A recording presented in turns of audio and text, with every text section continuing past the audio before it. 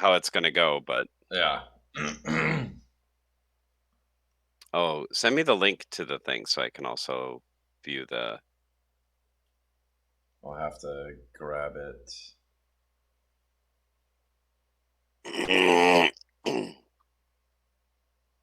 Uh, should be working.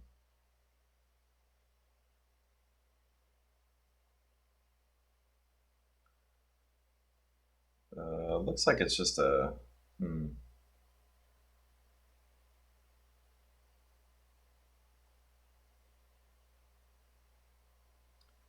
Viewers will experience buffering. It's weird. Okay, why isn't this? Is it starting? I think it's. Okay, I think it's starting now. Says YouTube is not receiving enough video to maintain smooth streaming. As such, viewers will experience buffering. I don't know what that means. Hmm.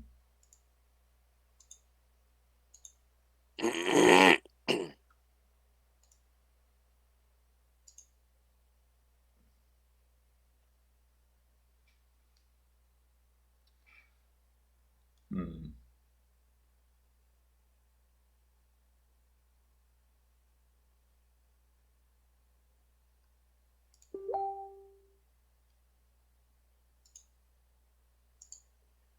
All right. Well. Yeah. I mean, this.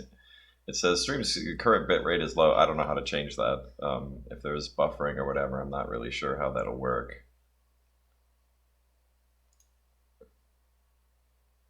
So, yeah, I mean, we're live with little buffering signal. Not sure why, but Send me the link okay. so that I can see the chat.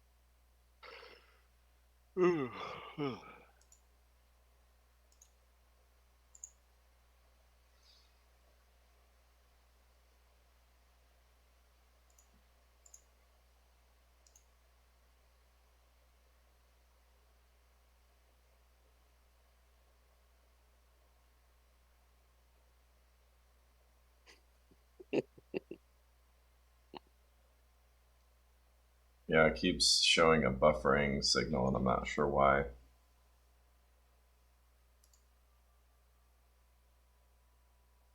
Like it keeps giving me errors now when before when we tested it, it was perfectly fine.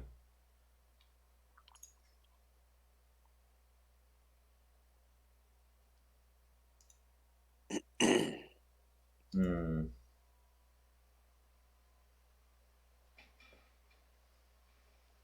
Don't know. I don't either. Well, I don't think anybody's in yet.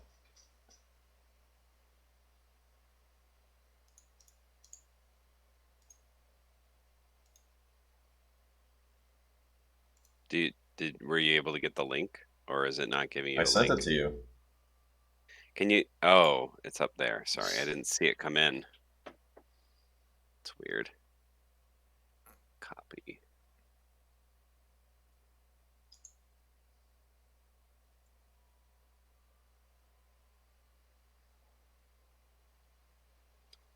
Yeah, it's looks like it's working. So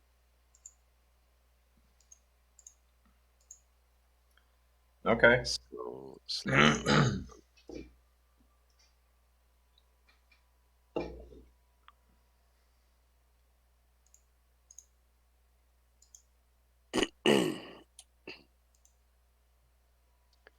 Okay, so what's on the agenda there? Well, like I was telling you before, I want to talk about getting into um, doing work for learning, like doing learning content work and stuff like that, and then just do a Q and A. But if there's nobody in the stream, then can't We really got do a five Q and people A. watching. We've got five people watching right now. Oh, So are there? yeah, now there's six. There's a little Okay. thing on the bottom. Let's wait a few more minutes for some people to come in. Um,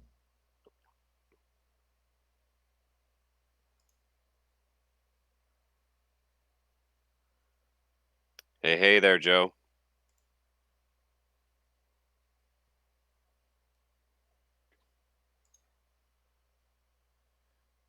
I'm gonna hey, send Joe and them. Long Rider, how's it going? Hey there, Long Rider.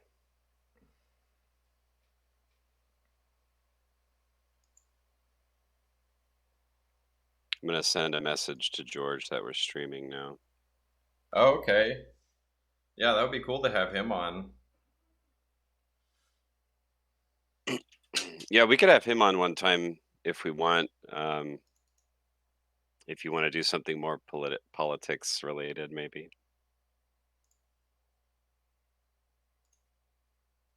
Let me just send him this link.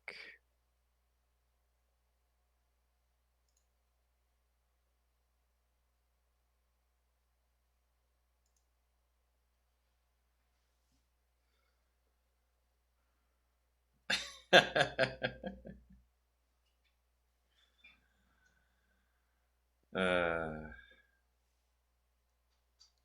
Long Rider, I have a very serious California accent.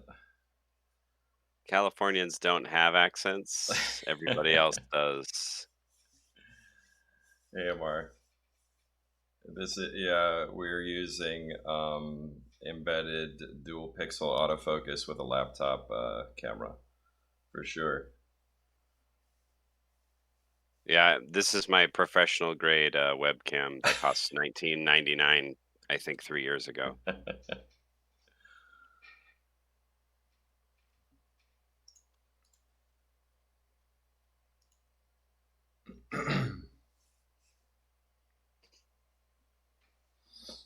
Wait a couple minutes and then we'll start. Hey, Joe Cal, you said that you were looking at getting into doing learning content, so we're going to talk a bit about that to see if we can help you out. I think you said that you're new to video production and stuff like that too, so I can try to guide you into the right way of getting into that. There's like a million routes you can go, but I can talk to you about what I think is more effective.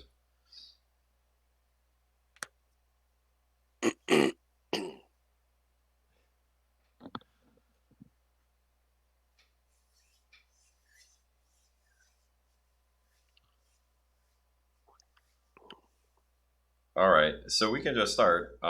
So this is a first live stream for this channel, and we're this is Dan. I'm Tony. This is Dan, and Dan, do you want to Hello, introduce everybody. My yourself? name is Dan. Yeah, so I have a background in sorry, I have a background in visual effects and animation. I have a multimedia degree. I worked in TV and film for and media, I guess, for the last what year is it? I guess 2020. like 12 years. So I have a bit of experience in a lot of different fields. I worked in card games and board games at one point, um, as well as worked on AAA feature films and visual effects. And now I work for a company that does educational technology, doing animation, video, and interactives. Yeah, and just if in case I don't think I really talked about my background very much, but I've worked in um, lots of different capacities of video production. I went to basic film school, but it was really just majoring in television, film, and new media, and worked in studio production, which was like for the news, like a local news channel. did a lot of freelance work, and then later I decided to work in visual effects because it paid better and had just about everything was better in it, better opportunities for making more money, definitely, but also in meeting a lot more people who could provide more opportunities for movement. Um, so so later on, after that, basically that company wanted to move to LA, and I didn't want to move to LA. So then started working in learning productions, so doing video production, doing all kinds of different things that are involved in learning instead of doing it in entertainment. And when we were working in entertainment, Dan and I were working at the same place for a while, and we worked on. There was a couple projects that were like smaller TV show kind of things, but a lot of it was the big budget kind of features. So we have a pretty good understanding of what it takes to do visual effects in that field, and that kind of stuff especially. And then for me, doing a lot of video production, Dan later on did a whole bunch of other things too. So, and he just talked about that. So, um, so what I want to start off with on this is that if you're here and you want to understand about getting paid, like actually getting paid to do video production or working in art, you need to focus on how you're going to get employed. And a lot of times that has a lot less to do with learning the art as it does just getting the work. People who eventually, and in my experience, go on to be producers for content, they'll start out as a PA, and it could take like 1 year even to become a visual effects producer, which will get you a lot closer to working on a Hollywood big budget kind of thing than trying to shoot free content for weddings or that kind of thing. It goes a lot farther. So I think that that's one of the main things that you need to understand if you want to work and actually get paid for it. It's a lot more difficult than just get good. It's not that simple, and it takes a lot of luck too, in my opinion. Getting into learning content, I think, is really important, especially if you consider what's happening right now, which is the COVID-19 situation. Being able to work remotely, knowing that you're going to be fully employed if something like this was to happen because you have the capacity to work remotely, and the fact that learning content is actually going, it's my projection is that it's going to become even more important now because people will understand the importance of distance learning and all of that. So that's why I think it's really, really important that if you want to get into video production, this is a great way to get into doing it. And there's a couple things that I'll mention as being really important for you to get into it. Number one is you need to learn how to work with people. There are a lot of people that I've talked to who are very, very difficult to even have a conversation with. In order to get into learning content, you're going to work with people who sometimes are very unreasonable and they don't understand what you're doing or what you're trying to do in a video. And you need to be patient, you need to be calm, and you need to essentially work on your people skills. I know this because I had to do it. I had to really, really work on how to talk to people. And it took, I would say, about a decade because I'm a very direct person when I talk about things, and a lot of people don't like that. So you've got to really try to curb that if you're, really trying to understand how to communicate with people. The second thing is you need to get a wide range of skills under your belt, meaning you need to understand audio production. You need to understand how to fix bad audio because you're going to get it working in learning content. You're going to be working with people who are recording with laptop microphones and you can't do anything about it. And you're going to have to deal with it. And you're going to have to remove, popping from people blowing into microphones. you're going to have to do a lot of cutting. You're going to have to reiterate to those people a million times, and they won't listen, about how to get better audio. But you're just going to have to deal with it. So you got to be patient, and you got to learn how to do those audio corrections and editing quickly. Another thing, with the kinds of skills that you need, is editing. It's not so much with editing on this kind of stuff that you make it where it's like a Hollywood blockbuster. You need to be able to deliver a lot of content very, very quickly. And I think I've said it a couple times in posts on this channel, and Dan can attest to this. With the amount of content that we have to produce, we're talking about like over 200 videos in 1 year. And sometimes it can be up to 50 or more in a quarter. I think that we did like 70 to 80 in 1 quarter. If I correct me if I'm wrong, Dan, but I think it was in Q4. It was just a lot of stuff that we had to do very, very quickly, and you need to know how to do that. And with your editing skills, yes, being able to edit things that are really, cool for a highlight reel, and all of those things are important. But you need to get organized, and you need to learn how to edit very fast, which includes knowing all the quick keys, knowing which programs you can use, the way to set up your computer to render as quickly as possible, and have a system where it doesn't matter what content you get in, you can turn it around very fast. And the third thing, and these will be the top three things that I guess I'll go over for this, before we start getting into questions, because I think there was a lot of stuff in there. And then Dan, you can talk about this too. But the number three thing is organization. You need to get an idea of how to organize your files, because that is the way a lot of people lose work, and it's how you can actually fail if you don't do it right. If you can't organize your work, and somebody has to send you, like, let's say they're supposed to give you some kind of piece of media that you have to cut in, and you can't find it, and they've deleted the original because they don't understand that you're supposed to always keep a copy of originals, you're going to be at fault. That's only happened to me once over however many years I've been working, like 4 or 5 years that I've been working in this field, and that's like hundreds of videos a year. I've only had that happen once to me, and it wasn't even my fault.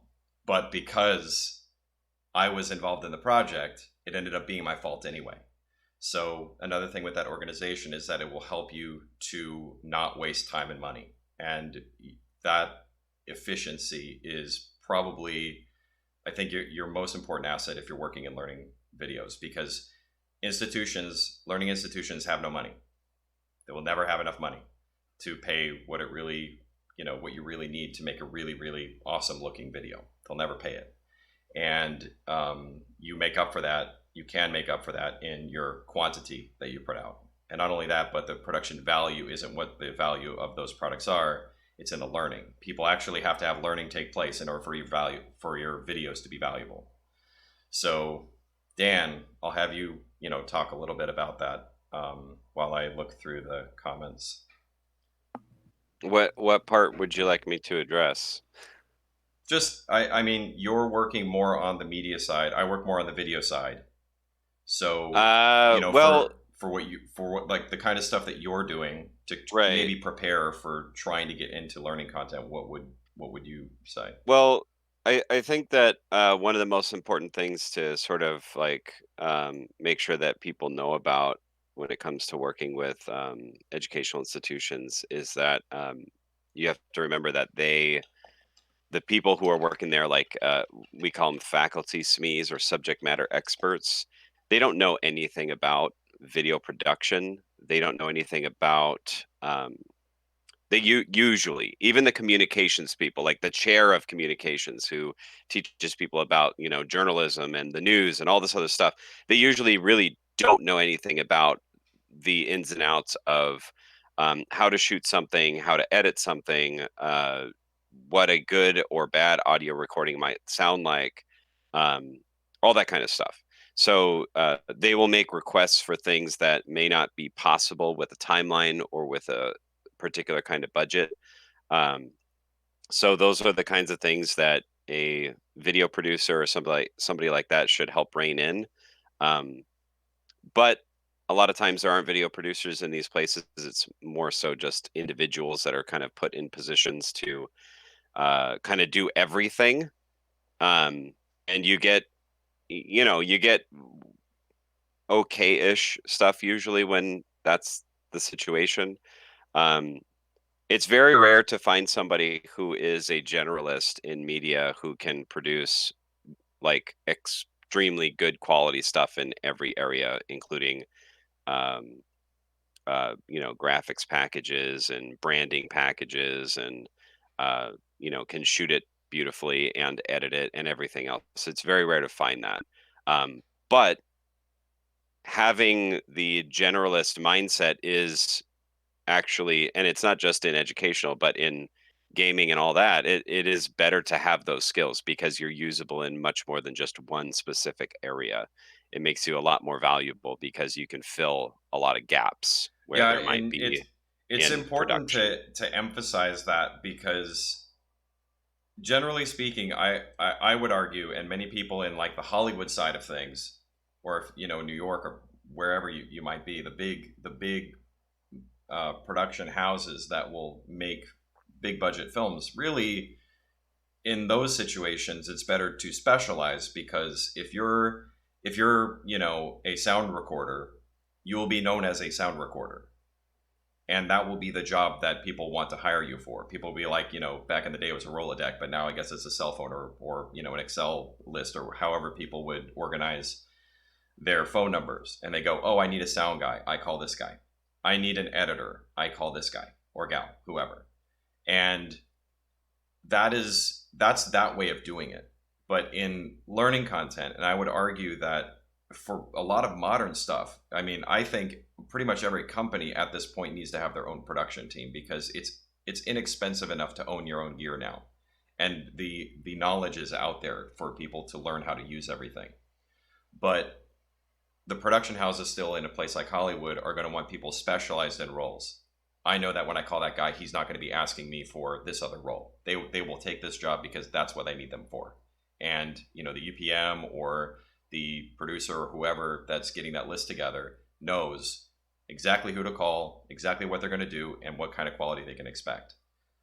When it comes to learning content, or if you're going to be working in some other house that's producing a variety of different things, you are you're not only going to be expected, but you're going to need to fill in different roles. Like mostly I try to I send Dan, I try to send you any animations that we might need to do because I know that I can work more efficiently if I'm editing or if I'm doing audio or if I'm managing Right. different projects. Whereas I know you can do it a lot faster and with better quality if I send that kind of animation job to you. But also, if I'm bogged down with a bunch of stuff, if I say, hey Dan, can you edit this audio, if you know how to do it, you become more valuable. And the same thing's true for you if you're watching. The more stuff you know how to do, the more valuable you'll be in that production team to that company. You will have the certain things that you're going to be known for. Like for me, it's managing a project, knowing how to get all the steps done to get it complete and get it done, not only on time but with the proper level of quality, and editing. Those would be my things. And then Dan, you'll be known for doing learning interactives where you have to actually like the person's supposed to Right. click on things in the interactive in order for the media to work, and also for animation. And there's other people that might be known for HTML coding or JavaScript or whatever for different things. So Yeah, yeah. I mean, I think that just as a person who's been working in media for a long time, and more of my emphasis on my background and experiences in 3D, like CGI animation and visual effects, um, the more well-rounded you are, generally, the more, I mean, it kind of speaks for itself. The more versatile you are to fit into a lot of areas, but usually doesn't mean you're going to be the best at one specific thing like character rigging or character Right. creation or sculpting or something like that. But in the grand scheme of things, whether you want to be an independent contractor or if you'd like to be, work for Pixar or whatever university or whatever it is, um, generally speaking, I think that a more wide range of skills is more, it makes you just more valuable in the long run. Definitely. Um, there are people who specifically do character design, and they've been successful doing character design. Uh, but you have like you have a very narrow scope that you can fit in. Yeah. And when doing stuff with education, as you said, they don't have a huge budget, so they won't usually be able to have one person contracted for doing animations, 2D animations, and then another person for doing the videography part, and then another person for the editor. So they would more likely find somebody who could do all of it all together, Right. or find a company or group of people, a group of artists or whatever it is, who they can contract to get the stuff done, rather than individuals that they're, you know, um, uh, bidding out on for each independent role. Yeah, and just to kind of put what Dan's saying into perspective, like if I'm doing um, two videos, one is for one, let's say biology, and the other one is for architecture. Let's just say those are two. If I had somebody who was able to do 3D modeling only for, let's say, architecture or backgrounds, let's say that you specialize in CG for backgrounds and just objects. Well, if I have a biology course and I'm like, hey, we need to get a an animation to show how like a body, and Dan, you've actually done this, of a person doing sit-ups, so we Yep. can show how the body moves. If you have a general um, training in all of these different ways of doing CG, you can create both the biology learning object as well Right. as the other one for architecture, Well, like a house or whatever. One yeah, second, and one sec, and and that's kind of what I'm talking about. That's what makes you valuable, in my opinion, for this kind of thing. There was a question from somebody who's talking about, do we work for someone else's company when it comes to educational videos, or do you run your own thing? Something about outsourcing. We do the work. We don't outsource any of the work. Like we do. well, we do outsource when we can't get to a location. If we can't do something like that, yeah, but I'm talking about these specific things that we're talking about, the animations and all those kinds of things, the editing, all that, that we do that. If it's a situation where we need to, let's say there's a video that needs to be shot in a place that none of us are, obviously we'd have to outsource that. But I mean, really, that's just getting a vendor. Is That's a normal part of it. Usually, when I hear outsourcing, it's more like getting somebody that's in a completely different country to do it. That's not the kind of thing we're doing. So, yeah. Uh, But I mean that when if you are at capacity, like there were some times in the past where it was like suggested to outsource to other vendors to create interactives or some things like that. Um, but that's only if you're, at max capacity and you mhm, can't do any more. That's expected no matter what the yeah, industry is, whether it's working at the educational group that we work at, or if it's, working in 3D visual effects or whatever. Sometimes you reach capacity and you have to subcontract, or other things like that. It's part of the business. yeah, So, a little bit of that is expected no matter where you're working. yeah. So, I think we should maybe answer a few questions, and then we can go on with the discussion of that. Sure. So let's see. Um, I wanted to talk about, there was something in there about a focus puller and a VFX person. yeah, let me do. Wait, I I want to touch on yeah, that let me do briefly. this one from Joe Cal first. So it says, "Hey, so you mentioned earlier you wanted to see more color LUTs and fewer Rec 709 correction LUTs. Can you elaborate?" So what I'm talking about, when you're using lookup tables, it's really like a thing that's telling whatever you're feeding into it, okay, this is what this color is supposed to be, and then also with it, here's how you should handle the contrast, and it kind of like uses that data to take whatever is put into it and then you get an output, right? Like, in fact, in DaVinci Resolve, you see that literally happening. You have a source, and then you have the node that will have the LUT, and then you have an output, and that goes to another node that's your actual output that you would be rendering. So the thing is that when you're using a LUT, it's doing all those calculations, right? And there are different ways that you can do a LUT. If you're doing a color LUT, all you're really doing is saying, okay, red, when an input's being fed to it, red's going to push this way or that way. Green's going to push this way or that way. Blues are going to push this way or that way, and it can tint it towards different colors. Reds can look more magenta or more orange. Greens can look warmer or cooler, for example. Another thing that happens with those as well is that different colors can have either higher or lower luminance values. And if you go into DaVinci Resolve and you go in there and you mess around with the different color ways you can move color around, you'll see that you can do all that. So in those cases, that would be like a color LUT. You know, you have colors that are put in, and then you have the LUT basically tint those colors a different way. So you get specific looks. And a lot of times with film, if you took the contrast curve like completely out, all you're left with is those colors. So in a Rec 709 conversion LUT, it's taking that log contrast, which is super flat, and it's adding a curve to make it fit within Rec 709 guidelines. And that includes like the colors and everything. Sometimes it's just a contrast curve. Other times it could be, you know, the colors and the contrast and all kinds of things. And the problem with a lot of Rec 709 conversion LUTs is people will buy one that's made for one camera and one kind of input, and then they use that node to put the LUT in, and you get an output that's totally not what you want. And it's because the input's wrong.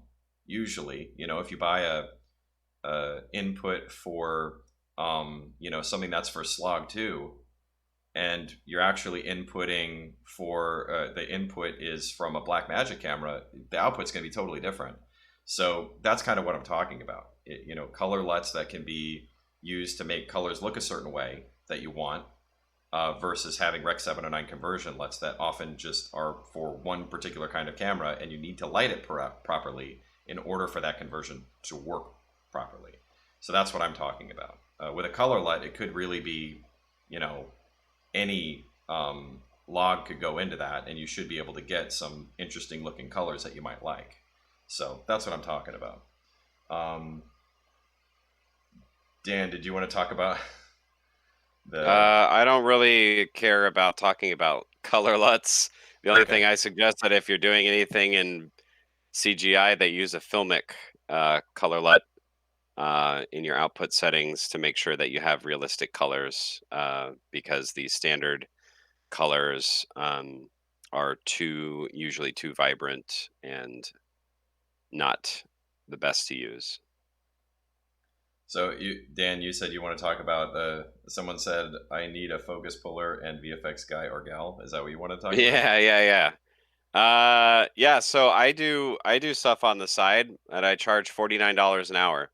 So whatever you are looking at doing, you know, you can ask me or send me a message, and I can look at what you have, what your suggestion is on work. But I'm not super cheap. So I right now with the crisis, I'm not really interested in doing that kind of side work. And you could pay me a lot to fly out to wherever you are and do that work for you, but it's not focus puller. Yeah. Just fashion a get one of those RC car remotes, and there's like how-to videos online on how to like make a remote like focus puller. Oh, just dude, show somebody how to do that. Like just show somebody how to do it. I don't know. There's the little RC car thing really sucks because it's too noisy. I would recommend not doing that. You can hear it, like even if you're using a shotgun mic, you can hear the gears. Just ADR everything. All right.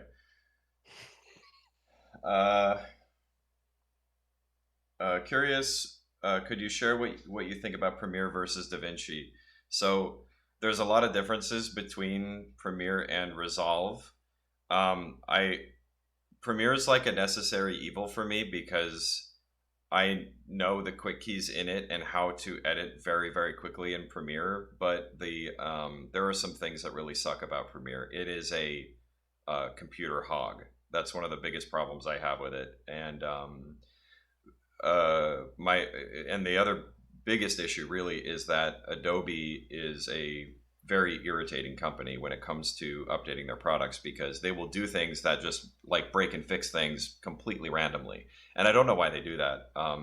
In fact, like I remember we were trying to get our Creative Cloud accounts like all put together, and there's just this stupid thing where you go to the site and it was like if you have an account you're supposed to click this little button that's off in the corner that if you've never seen it before you have no idea what you're supposed to click in order to even get your updates and all that. It was really frustrating.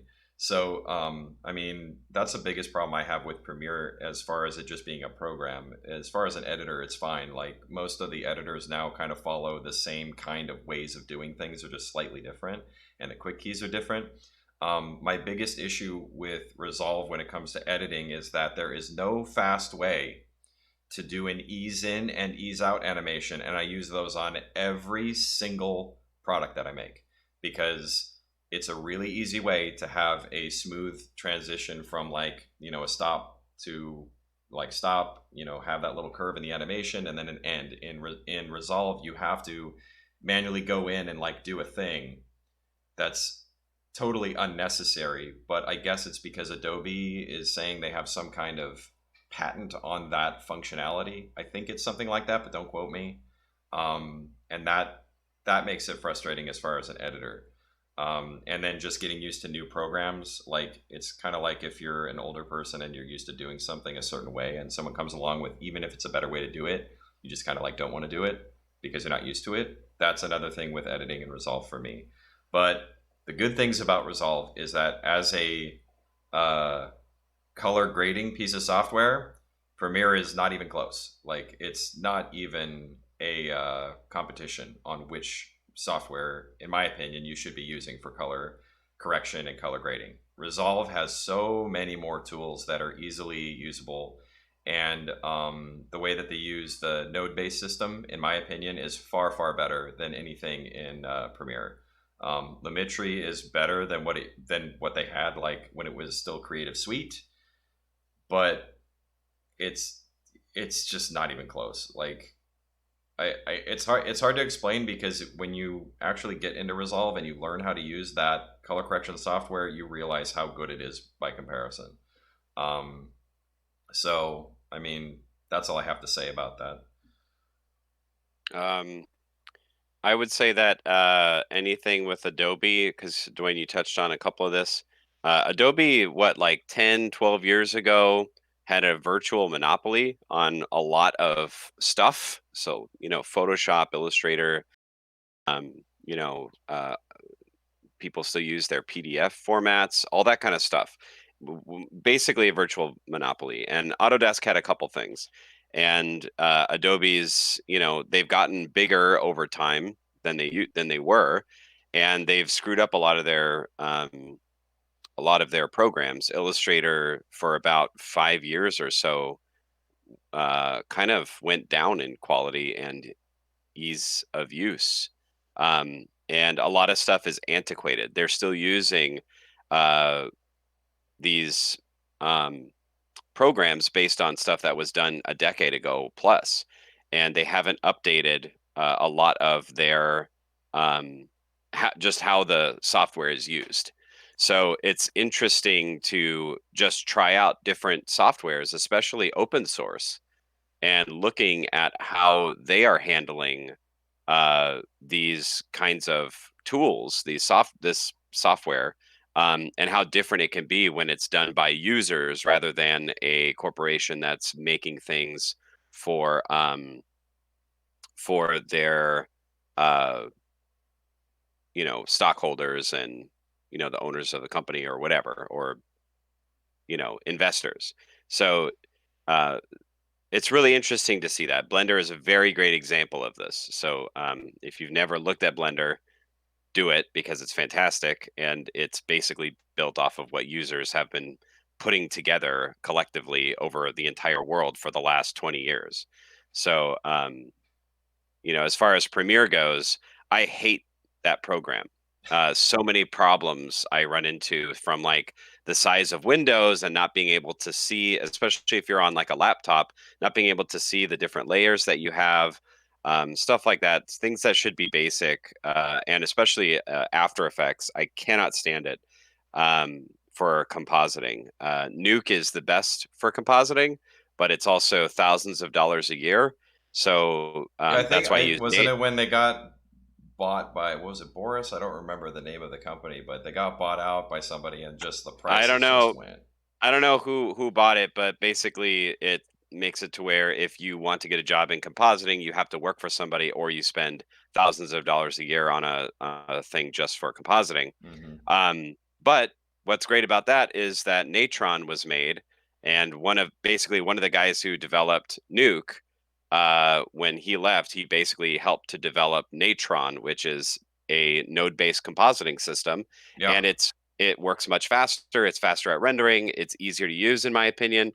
You just have to get used to the interface and how things work. But it's a great compositor, especially getting it for free is fantastic, and it has all the gimmick plugins and stuff if you like using those. Yeah, Um, that's it's just a I think really it's great system. open. I think it's Open Effects. There's a ton of Yeah, things you can get that are Open Effects. Like Resolve uses Open Effects, yeah.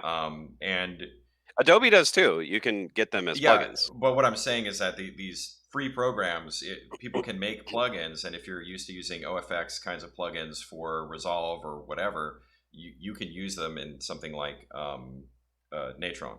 And I used the alpha of Yeah, Joe. Natron back in the day. Exactly.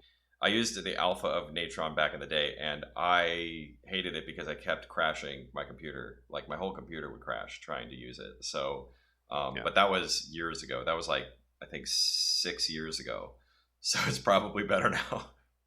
Yeah, I mean it I don't think there's been a official like version 1.0 big release of it or whatever. There's still some things that are buggy, but I mean, I did a full project for a 72-hour film festival, and it looks fantastic for the short amount of time that I had to work on it. Yeah. So, question from OK. Oh, I think I actually read this maybe wrong, but he says, "Do you work for someone else's company when it comes to educational videos, or do you run your own thing?" So, uh, I don't run my own company. The reason why I don't, and I think I alluded to some of these for in a post I gave today on my channel. I do not know how to run a company.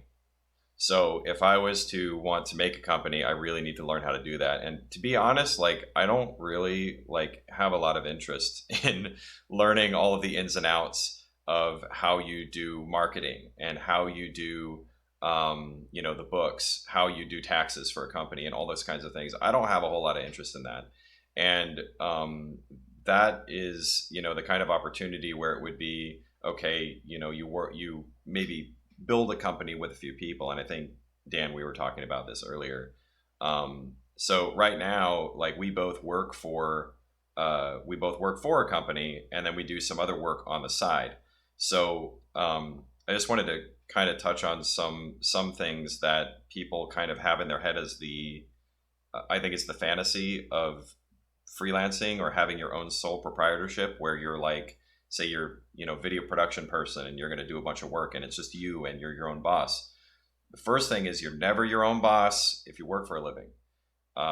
It just doesn't work out that way. There is always going to be somebody or something telling you what you've got to do, and you really need to do it if you're going to remain employed and be able to feed yourself and feed your family and have a roof over your head. Even people who are CEOs of large corporations, you'll see them in hearings where they're being asked, why did you do this horrible thing? And they go, well, like the board said that we had to do it, so we had to do it. Not your own boss. So that is a that's not a real thing. Even if you are Jeff Bezos, you're beholden to somebody. There's somebody or something that is driving your decisions. So I understand that, and I just deal with it. I'm gonna have a boss. Doesn't matter how high I go. Doesn't matter where I go. I'm gonna have a boss, and I understand that. Um, uh, I The I'd like to touch a bit on that, Yeah, go ahead. possible. So, there is a movement in, well, all over the world, really, but in the United States, it's a little bit slower than other countries for co-ops, worker co-ops. And the worker co-op is basically a group of, you and other people who are like-minded, want to run their own company, where you basically are your own bosses, so to speak, meaning that you have control over what projects you go after, um, how long per day you're willing to work, what the pay will be, what the profit ratio will be compared to pay, what the company, invests in, where the company decides to move. All this sort of stuff is decided by the workers. So there are worker co-ops being started for visual effects and animation groups and filmmakers as well.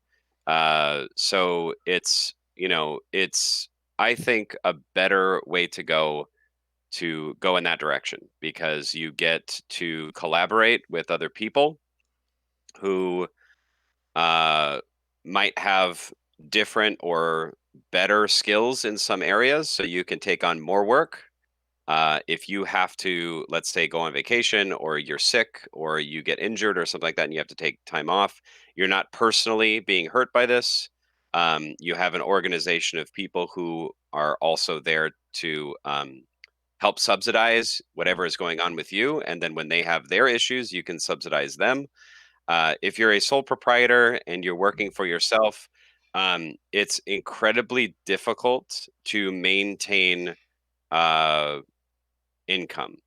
And to Yeah, do everything on your own and to do it well is very, very difficult. And I think when you're if not, most, if not all of the people I know who do their own sole proprietorship or whatever, uh, they're actually I don't know what the best word is to use, but they're like bankrolled by somebody else who has Yes. a high either a high paying job or just another job to help them sustain when they have trouble, or like they get health insurance from the other person's company so that the sole proprietor person doesn't have to pay for the insurance or Yep. any And number of things. So, yep. And I wanted to point that out. Like, oh, hey George, how you doing? we live in the United States, and in the U.S. you have to figure out your own health insurance, and it's really important that if you're going to decide that you want to make your own sole proprietorship, you want to go full time doing what was a gig for you. Let's say you were shooting weddings, or dance stuff or whatever it was for fun or for a little bit of extra income, and you want to go professional with just doing that full time. I can almost guarantee, no matter who you are watching this, that you were not charging enough if you had another job, or if somebody else was supplying you with the health insurance that you needed, um, and the money for when you needed to basically call in sick for the day, or for your vacations, that kind of stuff. Because generally people will just go, oh, this is worth X amount of dollars per hour, or, $100 for the whole day, which some people will do for like a photography gig. And it's just not enough. I mean, when you're working for a place, that company is going to be supplying you with your computers, with your cameras, with your lenses, with your gear. If you're working some other job, let's say it's just a customer service job, they're providing you with the phones, they're providing you with the electricity, they're providing you with all of those things. Yes, you have to figure out your gas and all that kind of stuff and your transportation, yes, but all of those other things that come with being an employee of a company, you have to make up for with what you charge. And unless you were doing that before with your side gig and you were charging enough for all those things, you're going to be really hurting when you start doing your own thing. You got to Yeah, really do the number crunching and figure out I how did. much you really need to charge. And another thing that you might not have been thinking about, you've got sick pay for those days that you're going to get sick for a gig. It's going to happen eventually, and you do not want to show up looking like trash to a gig. Um, you're going to need money for when you need to go on vacation. Everybody needs to go on vacation. Everyone needs it for your mental health.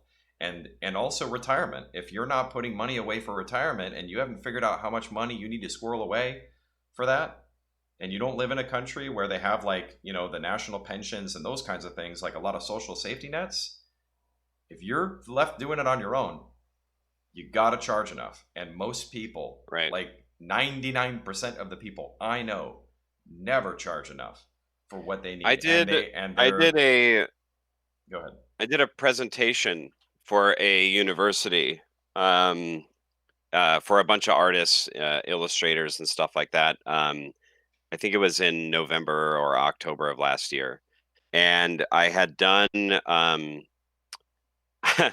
I don't know where I was trying to find the document, but I don't know where I put it. I had done a breakdown of what it would be like to make somewhere around 75K a year, being an independent contractor, and then the cost of the software, your mortgage, all this sort of stuff. And at the end of the month, basically, after all the costs and everything, and paying for insurance and generally everything else, there was a couple $100 at the end of the day. So I think that it's really important for people to do that. And then to also, what I did in that presentation also is I showed them what the cost of living was in other countries. So, for example, somewhere like Bolivia, or if there's somebody in like South America or in Germany or Russia or whatever, what the cost of living there is very, very different than where it is where you live. And a lot of companies, especially in the art field, outsources. I'm not talking about videography and stuff like that necessarily, but for an artist myself, and Mhm. why I do what I do instead of working in other areas, you can get somebody to do a piece of art for $100 that normally you would charge 500 or $600 for in the United States. So, and they do that. That's what they do. Um, so when you're talking about, um, you know, doing independent contracting, and for me, it's the art side. It's not just like, oh, okay, 75,000, cool. But then at the end of the month, you only have a couple $100. Well, you also have to maintain all those projects. You have to work towards getting more projects from a bunch of other people. I do independent work for a company that does hospitality design, fine art, and animation. And what I do is I will charge hourly rates if I get a project. But if there are concepts and we're going for a project, I will do the storyboarding and the concept work ahead of time, pro bono, so that if we get the project, I get to work on it.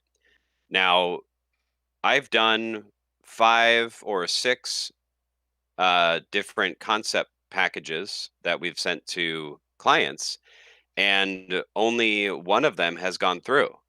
So when you're charging, you also have to consider all of those other projects that didn't go through, and it can be really expensive to the point that the client doesn't want to pay for it. So these are a lot of things that you have to think about when you're trying to do independent contracting and all that. And to touch on something else that you pointed out when we were just talking, before this, with a company, if you're working for a company or if you're working with a group of individuals, you're less likely to be screwed over by a client. They could just decide not to pay you. When I worked for in the board gaming and card gaming industry, the company that I worked for deliberately did not pay their artists who were independent contractors, but they did pay people who were uh, they were artists who were being um, represented by a company.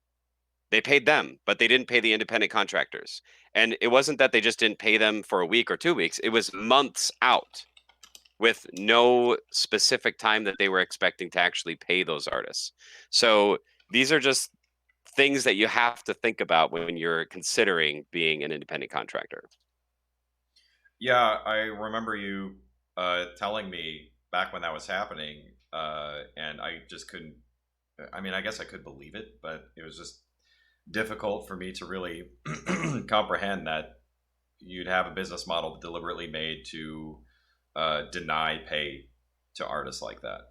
Yep. It's really unfortunate, but it's a reality. Like, if there were twice that I can recall that was the most frustrating time. It took me months to get pay for very simple gigs. One of them was for a church.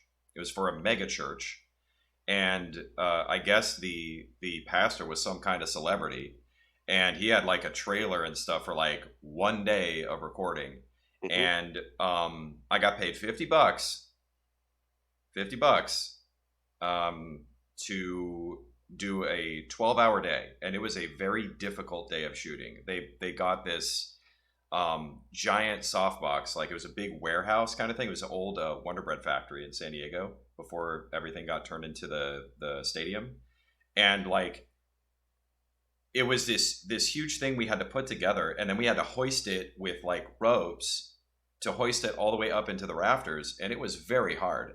Okay, like I'm not a beefy guy, and that was very difficult. It was only like four of us doing it and hoisting this very heavy thing up there, and we had to work out on the roof in the heat to block out a bunch of windows so that we could get this shot.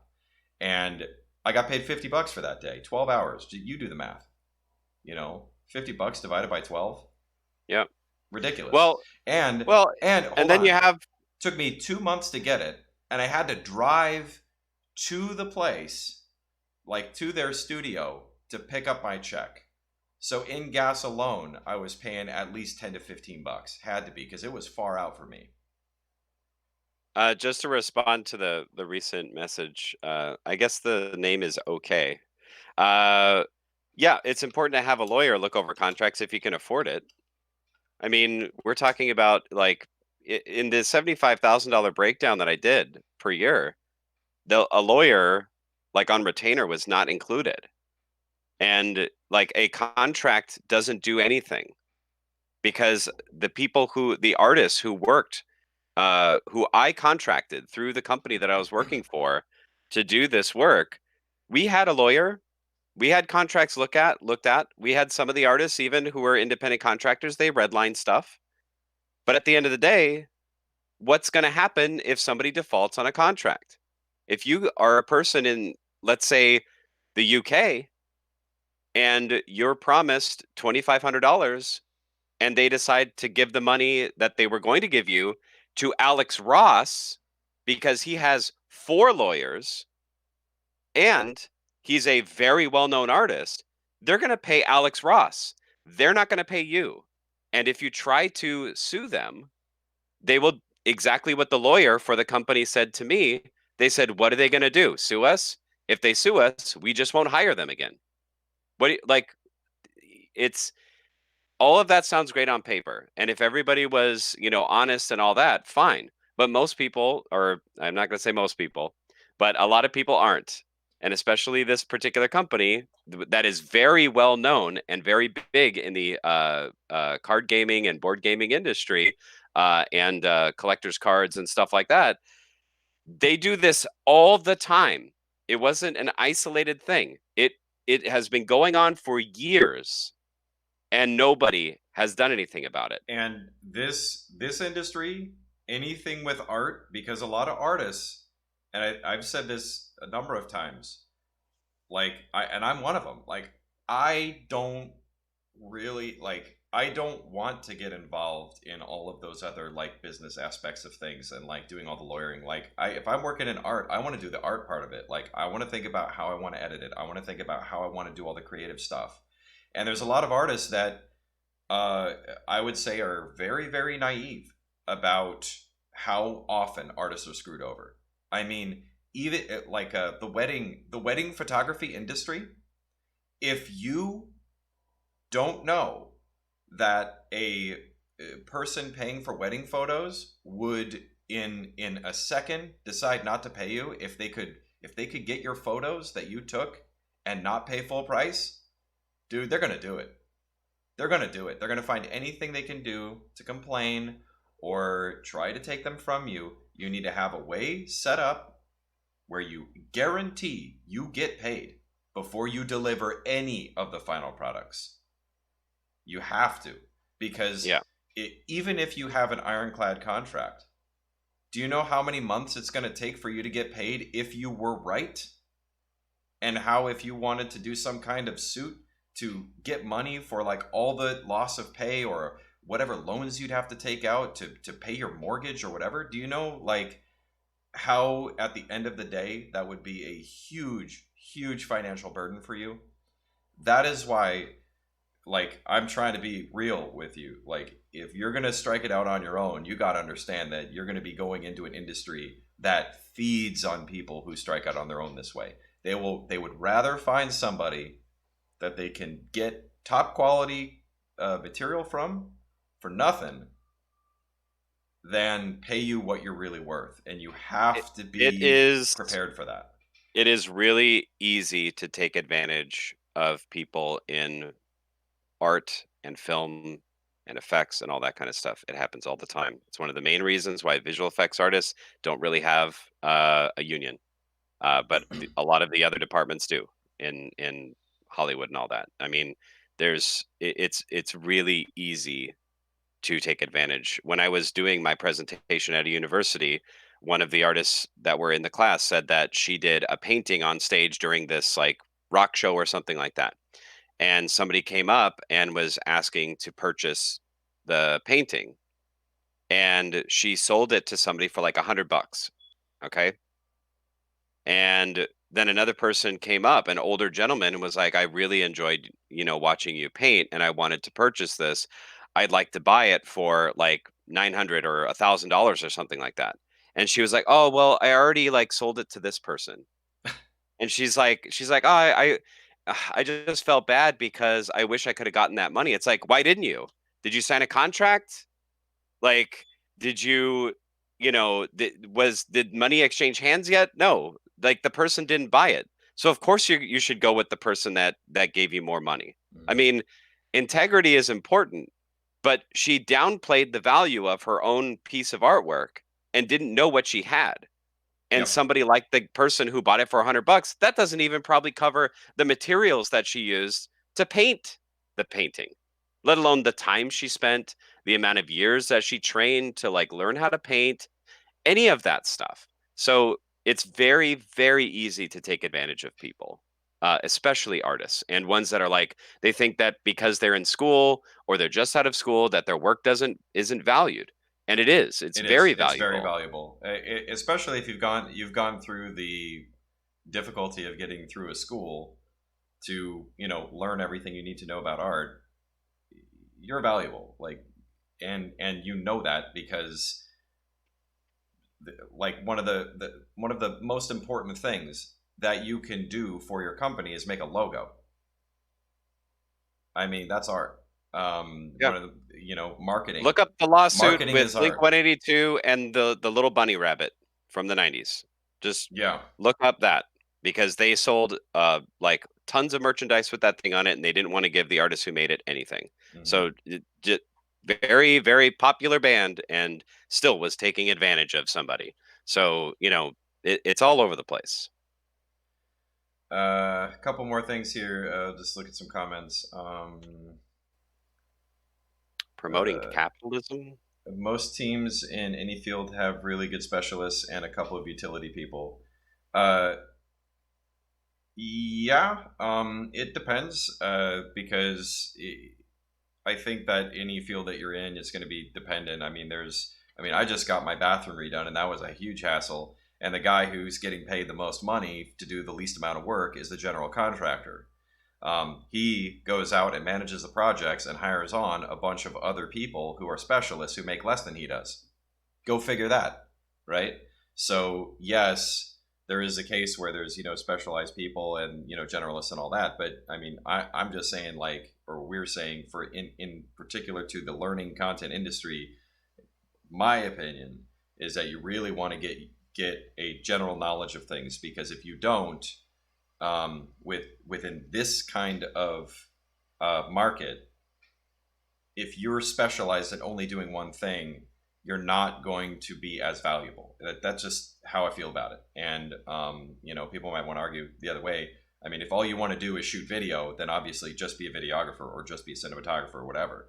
But if for learning content, to get the most amount of work and to be consistent and have a steady paycheck, generalizing in things and knowing how to do it all really, really helps. Um, how are you guys with Fusion? Any decent online courses out there? Resolve is the future, but Fusion is difficult beast to tame. I don't like Fusion. I tried it a little bit, but again, I'm not huge into VFX. Dan, I think you tried it, but didn't like it. I have not used it. My main way of doing things is using a Nuke, style or node-based system for compositing. To me, it makes sense, and I haven't ventured into using Fusion. Um, so I can't really speak to that, but if it works, it works. There's a lot of stuff that there's a lot of softwares out there. My resume is basically like if I had to list all the softwares that I've used or know, it it would be too big. So a lot of stuff gets lost to me. But I would be able to learn it if somebody asked me to, and it probably does generally the stuff that's needed to do some sort of comp work or whatever. I just don't use it because I just don't. So if it works, it works. I don't know about any specific educational things. You might have to dig deep and find something. Other stuff like Blender that I primarily use, there's like tons of content out there to like learn it. And once you start getting into even like Unreal Engine 4 or stuff like that, there's less content and it's more like paid for stuff, and you have to like go through an entire online course that you have to pay for. So I can't help you there, but Yeah. good luck in searching for that, or maybe learn it on your own and then contribute to the community by making your own how-to videos. Yeah, yeah, I'm a big fan of that. Like if you have like a new way of doing things, if you know how to use Fusion in a way that's like awesome and makes it easier for people, like totally do that, because that is nothing but going to be a help for the community. Um, I had one and then it jumped on me. Where'd it go? Oh yeah, Yeah, Joe I'm Cal sorry says, that I just respond to okay. I'm sorry that we couldn't help a little bit more on that. I have seen that it's like there's some cool stuff in there, and I'd like to get my hands on it, but it's just not something I've looked into. Resolve has color space transform. Would that preclude the need for a correction LUT? My opinion is if the correction LUT that you have, unless you made it and know how you're going to shoot it and all that stuff, use either the manufacturer's correction LUT for Rec 709 because they know their cameras better than a random YouTuber or whatever. Use that if you really want to. But for regular stuff, that you can just use a color space transform node. I mean, if you use it right and you just transform it into Rec 709, you're getting basically the colors from the camera correctly interpreted into Rec 709, and then you do your corrections and all that kind of stuff to make it fit what you want and to get the white balance all correct and to make it look right and to get the contrast the way you want. Whenever you do that direct conversion to Rec 709, there's a little bit of correction you do need to do, but my experience is if you do that, it generally looks better than any LUTs that you're going to throw on. I have several videos that go over how to get just like a neutral look with the camera. One of them is using the ARRI LUT with like the Blackmagic Pocket 4K, which as long as you're putting the colors from one camera into the correct color space for a LUT, it should be okay, but it's not always going to be exact. So the important thing about that video, which is using ARRI Log C for Blackmagic Pocket 4K material, is that you have to make sure you're using Log C. And a lot of people like Log C in the way that it works with the tools and how it makes the overall image look. The way that the curves work with it is that there's a lot more, I guess, forgiving in the way that the highlights are rendered. And you'll see that if you use the technique that I go over in that video. So it's like a yes and no thing. If you have a good LUT that you're used to using and it does exactly what you want, there's no reason not to use it. But if you just want general Rec 709 conversions, it's hard to beat that color space transform mostly, in my opinion. I generally just use the RCM now. So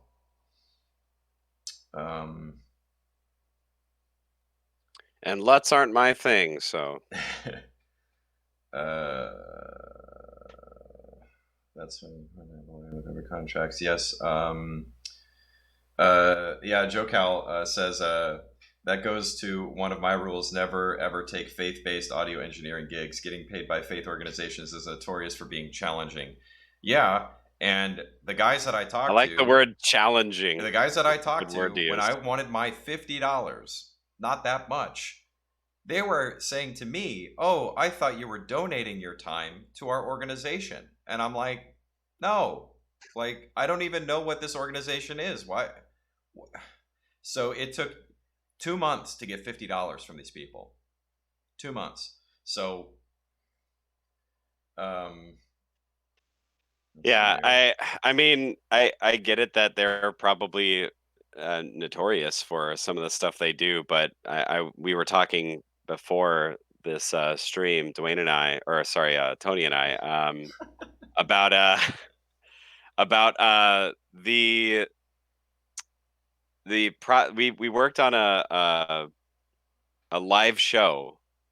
It was like a MMA thing, and he and I were one of like we were two of like maybe 10 who were not union out of like the entire crew, and all of the crew that was union, they got paid like in 2 weeks. Immediately, like when they were Yeah, supposed to be paid, they got paid. like we weren't paid for, I think it was like a month and a half or 2 months, and that was a person who we knew. We Yep. knew the guy, and we worked with him, and we would like be constantly hounding him to pay us because for us it was a lot of money at the time. And Yeah. we're like, where's our money? You said you would get it to us at this time. Where, like, what's going on? When will you be getting it to us? And it was always, we don't know. We're not sure. And I'm pretty sure that if we didn't hound him all the time, we We probably probably, wouldn't have yeah, we gotten probably paid. never have gotten paid for But that. the Yeah. people who were supported by a union, they got paid immediately because then they would have had the union on their asses. So anyway, Yeah. Um, okay, says I wouldn't want to work. Yeah, that's fine if it's contracted legally. They gotta pay. I wouldn't want to work for them again. Yeah, well, the thing is that a lot of these organizations are the ones that are paying. So it's like you either don't work or you work. So it's if it's it's your if it's it's your into hard. Marvel and DC and everyone else that you wanted to work for, and that's the only way in, you'd probably do it again. Yep, And a you lot. probably wait another 3 months to get paid after the contract was expired. And that's what So happens if you're and I think Dan talked about this before. If you're one of those people who are privileged enough that if you don't get paid by someone, you can just go, "Oh, well, I'll just never work with them again." Like you're lucky because for a lot of artists, it's hard enough just to find work that might pay or will give you half of what they promise. And if you have somebody else that's able to provide for you, you have say you have a social safety net of like, say if there's an income you're getting from something else, or you're living with somebody, say you're married and somebody else has like a much better paying job and you're kind of doing work on the side, that gives you the ability to say, oh well, I'll just not work for somebody. But in reality, I had a group that took a year to pay me my other half of the money. yeah. And if I didn't already have a regular full-time job, that would have been a disaster for me. That would have been a financial disaster because they owed me Well, $3,000. So, and you to know, drive it home a little bit more, a individual who worked on 8 images for a specific project, he basically only did that because he was getting paid a decent amount for his pictures, but he did not realize how long it was going to take him to get it done according to what my bosses expected. And they just kept sending it back with more and more and more notes. And I knew the situation that was going on. This guy was basically dedicating full time hours to these 8 images. And he dedicated 3 or 4 weeks basically straight doing that. That's an entire month. And he wasn't paid on time. And he was banking on getting paid on time according to the contract to pay his rent.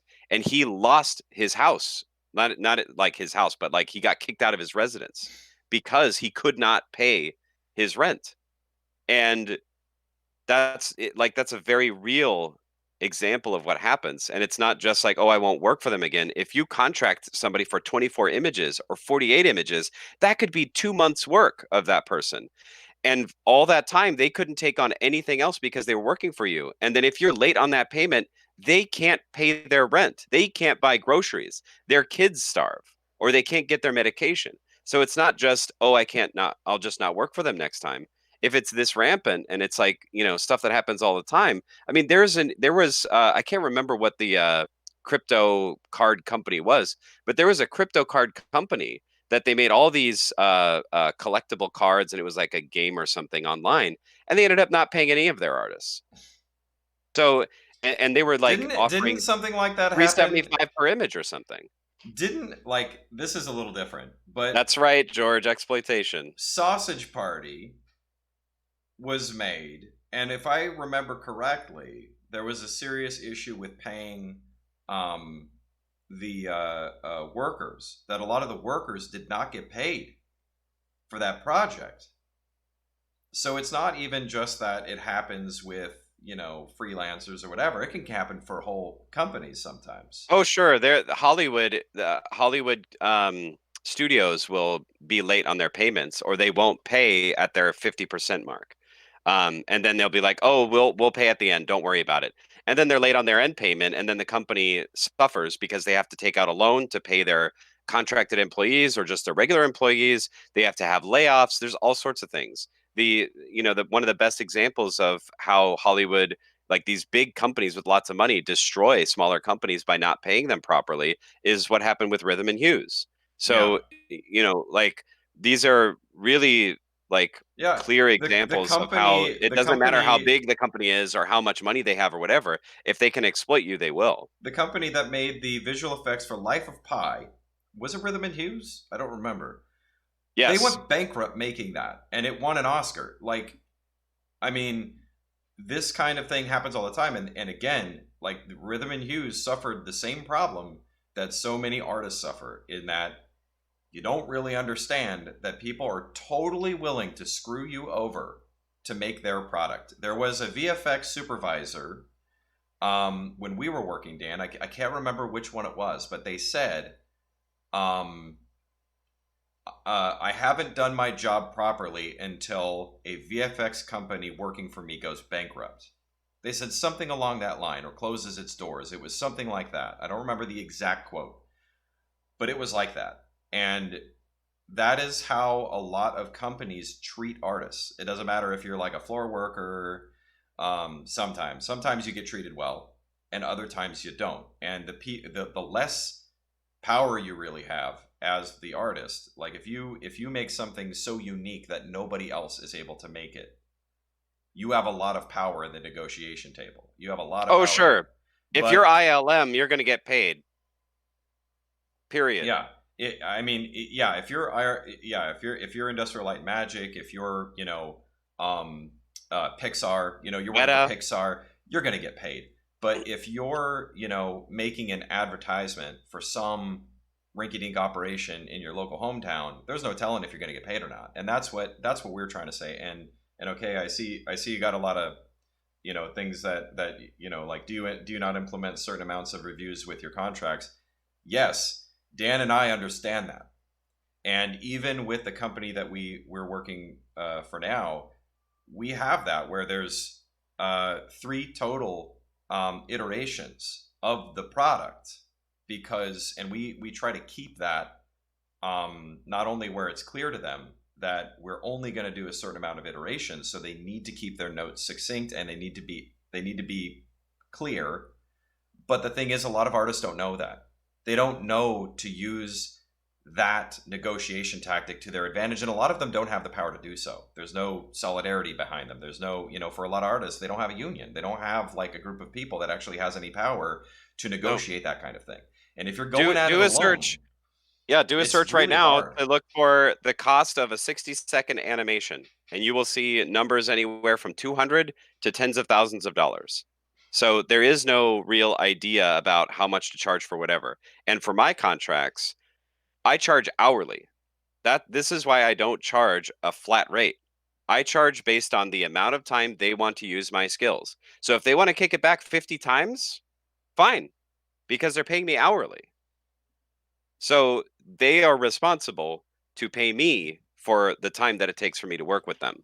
Yeah. Now, I can be picky and choosy with my client base because I have a regular job that I can, use to subsidize when I don't have the other stuff on the side. But, that's a luxury, but other people should be doing that. The flat rate idea and also iterations. Yeah, okay, you say that 3 iterations. Okay, let me see if I can put it in the camera. 3 iterations. That's the magic number, okay? Because one time I make the mistake and you send me back a review notes or whatever. So the second time I do it. And then if I misinterpreted what you meant or you needed something else done for that iteration, that's why you have the third iteration, okay? So yeah, you can put that in there. But what happens when you work with a place and they say, "Well, I'm unhappy. I'm still unhappy with this and I don't like it." Then you have to renegotiate the contract. Or they just pull the contract and they're just like, "No, I'm not going to work with you anymore," and they go somewhere else. Yep. And what if at that point you didn't get to the point where you get the 50% pay? And So there's all I sorts of things that go into this. and talking with a lawyer about contractors, and you'll find this out too if you ever get your house worked on. If you, as the person paying for the work, if it's, at the end of it and you look at the work and you say, I don't like this, the law will probably be, like, most likely will be on your side as the person paying the contractor to not pay the full price if you're not 100% satisfied. That happened to me when I was working a completely different job. They just decided not to pay me anymore. I worked for an entire month without getting my pay. And when I was like, when was anyone going to tell me that I wasn't working for you anymore? They said, oh, well, we forgot. And I'm like, okay, so am I going to get paid for my last month? And that was, I think it was $2,200 of work. They said no. And I called lawyers and no lawyer would take the case. Not a single one. No, They said, you are you have to a go to small private claims. contractor, and they were not satisfied with the work you did. Yeah. So I there is had a lot. nothing. There's a lot to protect larger groups, like organizations, companies, etc., or unions, and there's not a lot to protect the independent contractor, unless there's some sort of independent contractor union that has lawyers on retainer that you can pay into, like $10 a month, which I don't know anything about that. Maybe that exists somewhere, but it's independent contracting is difficult. Yeah. And One of another the thing. people I know who's made a life of doing independent contracting, his wife does. His wife is a nurse and makes really good money, and he does teaching at a university to basically make up for all the time that he can't get projects. But to him, he's like, "Hey, this is successful for me because of the circumstances that he's in." But teaching that to kids, students who are trying to make a career out of this, you really have to let them know, like, you got to let them down gently, kind of, that this is not an easy thing to do, and it is very hard, and you can do it. It's just, tricky, and there's a lot of facets to it. Yeah. And another thing that OK said, which is a good idea, is the 50% Yes, they are non-refundable. psychopaths. Well, he said the 50% non-refundable payment up front before any work. I do that. And when I do flat rate, that's what I do, because when I do the flat rates, I usually make a lot of money out of it. Like, I do hardly any work and I make a lot of cash, but I make sure that, like, when I do the hourly rate, it's way more than I would make at any job, because I know how fast I am at doing certain things. And I do make sure that the client is involved in the process, so there's not a lot of guesswork on my side. And that 50% that I have down is basically the money that I would need to finish the project if it was like cost. I don't do like 50% of what I need to get through the week kind of thing. There's a difference between, like, let's say you said, I need $100 to buy my food. I would charge the $100 to buy the food up front. So I have my money. And then if I don't complete the project because it's completely outside of my control, that's just the bonus on the top for me. That's the bonus money that I get. That would be like a profit for me, that 50%. So that's how I do it. That's the only time that I would do a flat rate, is when I know I'm going to make a lot of money hand over fist by Yeah. doing it. And I know if I go, most people, because honestly, it's like in my color grading, in my color correction, and the way that I shoot, I know that the way I do it, I can get it done way faster and way cheaper than a majority of people. Oh, sure. So because I know that, I can charge that. I can basically charge what a normal person would charge and make profits that are huge on top of If it. if it So works it's doing a flat rate for people, then it works. But mm, for me, with doing animation and doing visual effects work, and stuff where they want to do renders that aren't even just an hour or 2 hours, we're talking about 3 or 4 days. And in my rig, I have two Radeon 7s and I have a 3960X Threadripper. We're talking about days of renders. And when they want to change a little thing that they think is little, it's not little. So, for me, I charge hourly because it works. But if you charge a flat rate because you can get that, by all means go ahead and do that. But for me, hourly is the way to go.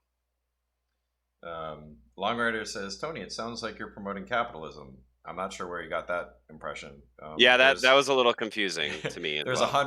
there's 100 different ways to organize a company. When I'm talking about the difficulty of a sole proprietorship, the company that you can attach yourself to doesn't necessarily have to be run like a capitalist system. It could be a worker co-op. It could be a number of different things. You can go into a partnership with a lot of people to make some kind of company that you want. And I actually believe in a lot of social safety nets to protect people like artists who have these kinds of situations. Like if you live in the UK, or if you live in like a bunch of other countries where there's like that, at least that bare bones social safety net of, if I get sick, I will have healthcare. A lot of gig workers in the US don't have that. And I Medicare for really, all, people. Medicare for all. well, I mean, yeah, and I don't want to turn it into a political channel, but like that's part of the reason why I believe in those social safety nets, because I think it's not fair that there are all these artists out there working and getting screwed over and can't have the basic subsistence when they're so important. Like doing video production is really important. Doing visual effects, like for learning, Dan makes really amazing 3D objects and animations that really help people learn. And people should be able to be paid properly for that and not have to worry about having to take courses in business management just to know how to not get screwed over by someone who would be willing to screw you over. I don't think that's right. So, I wouldn't say that I'm really promoting that. I'm just saying that if you're going to get into trying to make your own sole proprietorship or your own business, you really need to think about all those other things that you've got to pay for. Yeah. You really need to I think about that, and a lot of people don't, and they hurt themselves severely. And YouTube, like I know I've got my channel on here, and I try to do my best to show people how to do stuff, but sometimes you don't know what country people are even in. Like a thing that works for video production as a career in Canada, like having your own business there, is not the same as having one in the United States. It's not the same as having one in Sweden. It's not the same as having one in South Africa or in Australia or any other country. So like you really need to know the business of where you are to really try to make something like that work. And that's why I'm kind of like, if you don't know those things, it's probably a good idea to work, for another company, or make like, a group, so that you can focus on the things that you know and somebody else can focus on the things that they know. And eventually maybe you'll glean that information, or maybe you won't. You'll have to make that decision yourself. But at least if you start your career in a way that you're protected if you are sick, or if you need to have a vacation, if you need to put money away for retirement, at least you can be protected if you're working with people rather than trying to go at it alone. Because exactly. you're not. I don't know who you are that's watching this, but I guarantee you, you're not as genius at everything that you think you are. And Well, especially if you're younger, if you think that you're a genius at both how to produce videos and how to run a successful business, like right out of college or right out of high school or after watching YouTube, I can guarantee you're going to fail at one or both of those things. well, So, this is why I tell like the artists that I go and see at the universities or whatever, and anyone that I talk to who is an artist who doesn't have work or they want to get better, like a better paying gig or whatever, and they just can't, um, that they should start looking for or looking to create a new co-op of people who are like-minded. It's hard to do the organization.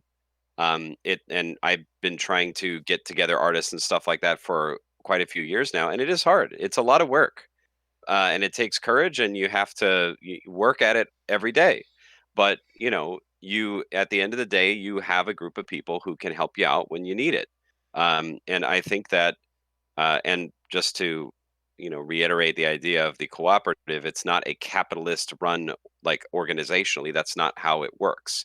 So it's more of a it's collaborative. It's more, you could say, communist or whatever you want to call it, where everybody has control over the organization well, of it's the more of the work. what you're talking about It's is, democratic. yeah, because people will be afraid if you say communist. It's a democratic way Well, of doing it. right, right. It's a So, democratic way of doing it where everybody is in equal control over it, whereas the other is a capitalist run system where you have a top-down hierarchical structure where people at the top make the decisions and tell everybody else what to do. It's a very different way of organizing, and I recommend artists who are coming out of schools right now, if they are graduating or whatever, that they get together with their other artists friends and collaborators and start working together on projects and getting the advertising out there and start working at it that way. Then they won't be as easily taken advantage of in the market. yeah, I think a good thing too for if you're, video production oriented, getting a group of people that, and I think I've said this before, working in your community and building trust and building a production team is really, really important. And you can, make a, your own production company. It would be kind of crappy if it was just like one person was, dictated to everybody else what they were going to do, right? So if you have a writer, you have a producer, you have a director, you have your camera people.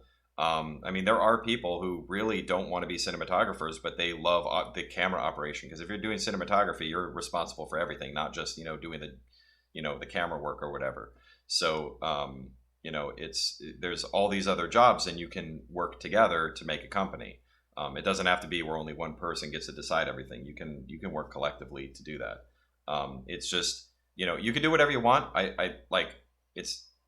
I'm just saying how I feel about it. It really, really, really sucks when I see so many people that come out to try to do this, as a career, and they kind of keep hitting these hurdles that they're just not prepared for. It's like, it just kind of blindsides people sometimes how manipulative and unfair it can be to go at it alone like that. So that's all I'm saying. Um,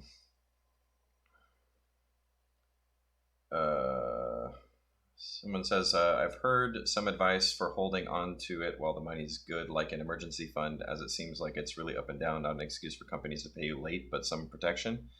Um, yeah, if you can get an emergency fund, and squirrel away money, that's wonderful. But there's a lot of people who can't do that, and that's kind of the situation. You do, and what I'm saying is that you do need to plan for those situations. If you get sick, if you have 2 weeks vacation, that you at least should have every year for your own mental sanity, especially if you have kids.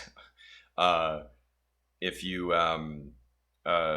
it's a lot of those things that you have to plan for, and then on top of that, having to put money away as an emergency fund just in case someone doesn't pay you. It's like, I mean, you're adding a whole nother part of that where you have to pay, where you have to charge for it. And it's funny because I actually talked to a woman who worked in an optometrist office, and one of the biggest problems that they had was insurance companies not paying what they promised to pay when people would have service done.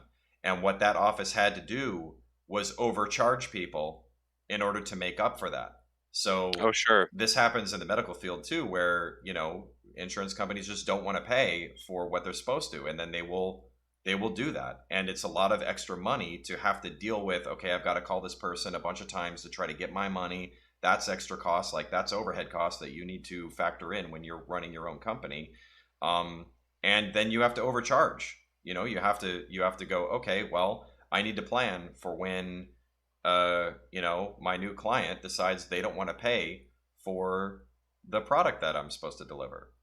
And you might say, well, if they don't pay me, I just won't deliver the product. Well, what if by then they say I don't care anyway? Well, we're just going to take it as a loss for us to only pay half. And you're like, well, I was going to use that couple $1,000s to pay my rent. I mean, you're talking about having to charge a lot more. And the really unfortunate thing is that for every person who is being responsible with what they charge for a product, there are like 10 or more that are willing to be irresponsible with what they charge. So, Yep. Like integrity in a corporation, like they're they're kind of like contradictions usually. All you have to do is kind of like look online and like see the kinds of lawsuits that companies will be in, regardless of the one that you're in. I mean, if you're a lover of Disney or Marvel or whatever, just take a look. Even some of the most well beloved creators of things, even just individuals, the integrity, and especially if they're big or famous or they're larger corporations or something like that, it shouldn't be expected. Um, yeah. they will still there are still pitfalls. I got stiffed by a one of the most I guess I'm using the right word, one of the most well endowed universities in the country. I got stiffed. So, Yeah. you never know when that's going to happen to you. Uh,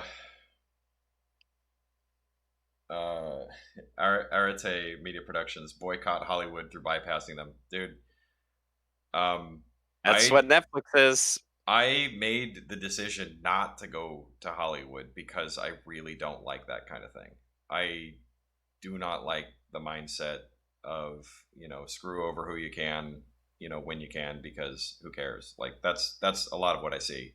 And I just can't, I won't do that. Well, it's also the nepotism and all that.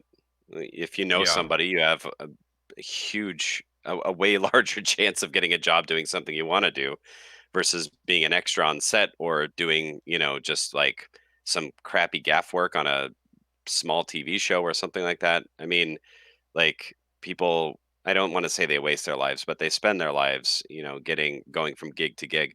We still know people who got laid off in 2015 who are still trying to make it, so to speak, in Hollywood, going from job to job to job. I saw a posting that was like, I got a great gig for a compositor, 2 months. So basically, you do the paperwork, you get in, you do the work, and you have to look for another job while Just you're when there. you kind Like of that's get oriented, you're, right. That's basically what it is. So, uh, and some of these people who are even on the production side, which used to be the more solid jobs, was doing like PA work or coordinator work or stuff like that. It's getting worse. It's hmm getting harder for them to retain longer contracts or to become full-time uh, employees of these larger groups, even at Disney and Marvel Studios and all that kind of stuff. It's getting harder. Yeah. So Yeah, and you were talking about nepotism. That's another thing that's really annoying. And in fact, I was somebody who actually benefited from nepotism. Um, I so am I. Yeah. So, like, just for example, um, actually, I think I benefited from that for almost every job I've gotten. Um, uh, One of the interesting job interviews that I had was I went up to I think it was WB Studios. I think it was for Two and a Half Men, and I was interviewing for a job that was and I didn't know what the job was. I just like I was told by my grandma at the time. She's like, "Hey, my friend uh, was the head secretary for one of these people at one of the executive producers for this really well-known show. So why don't you give me a resume and they'll they'll give you a uh, uh, interview." And I'm like, okay. So when I got up there, I found out that the job was, and there was like stack of um, resumes or whatever, and most are coming from like um, UCLA or USC Yeah. or Columbia, and I was the only one from my school. And she was like, "Oh, it's really refreshing. I've never even didn't even know that this school had a film program." I was like, "Yeah, we have a film program."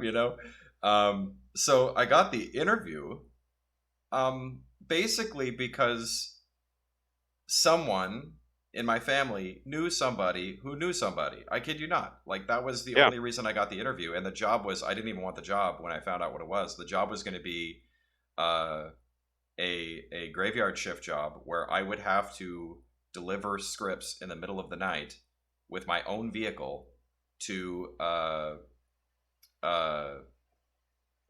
whichever celebrities needed their scripts for the recording or whatever. And like I wasn't going to be meeting anybody. I wasn't going to be like talking with anybody. It would just be me delivering scripts. And I said in LA, and I was like, no, I'm not going to do that. Like that, there's no way. That was not a job I was willing to do. But there are a lot of people willing to do. Like if I lived in LA, I probably would have had no problem with that. But I was not living there at the time, so like that. And then like the job I have now, I'm pretty sure the only reason why I got it was because there's somebody who knew me in the group that was deciding who was going to get the job, and they Right. knew And then me, and I didn't even know I didn't knew even know that they knew you, me. Yeah.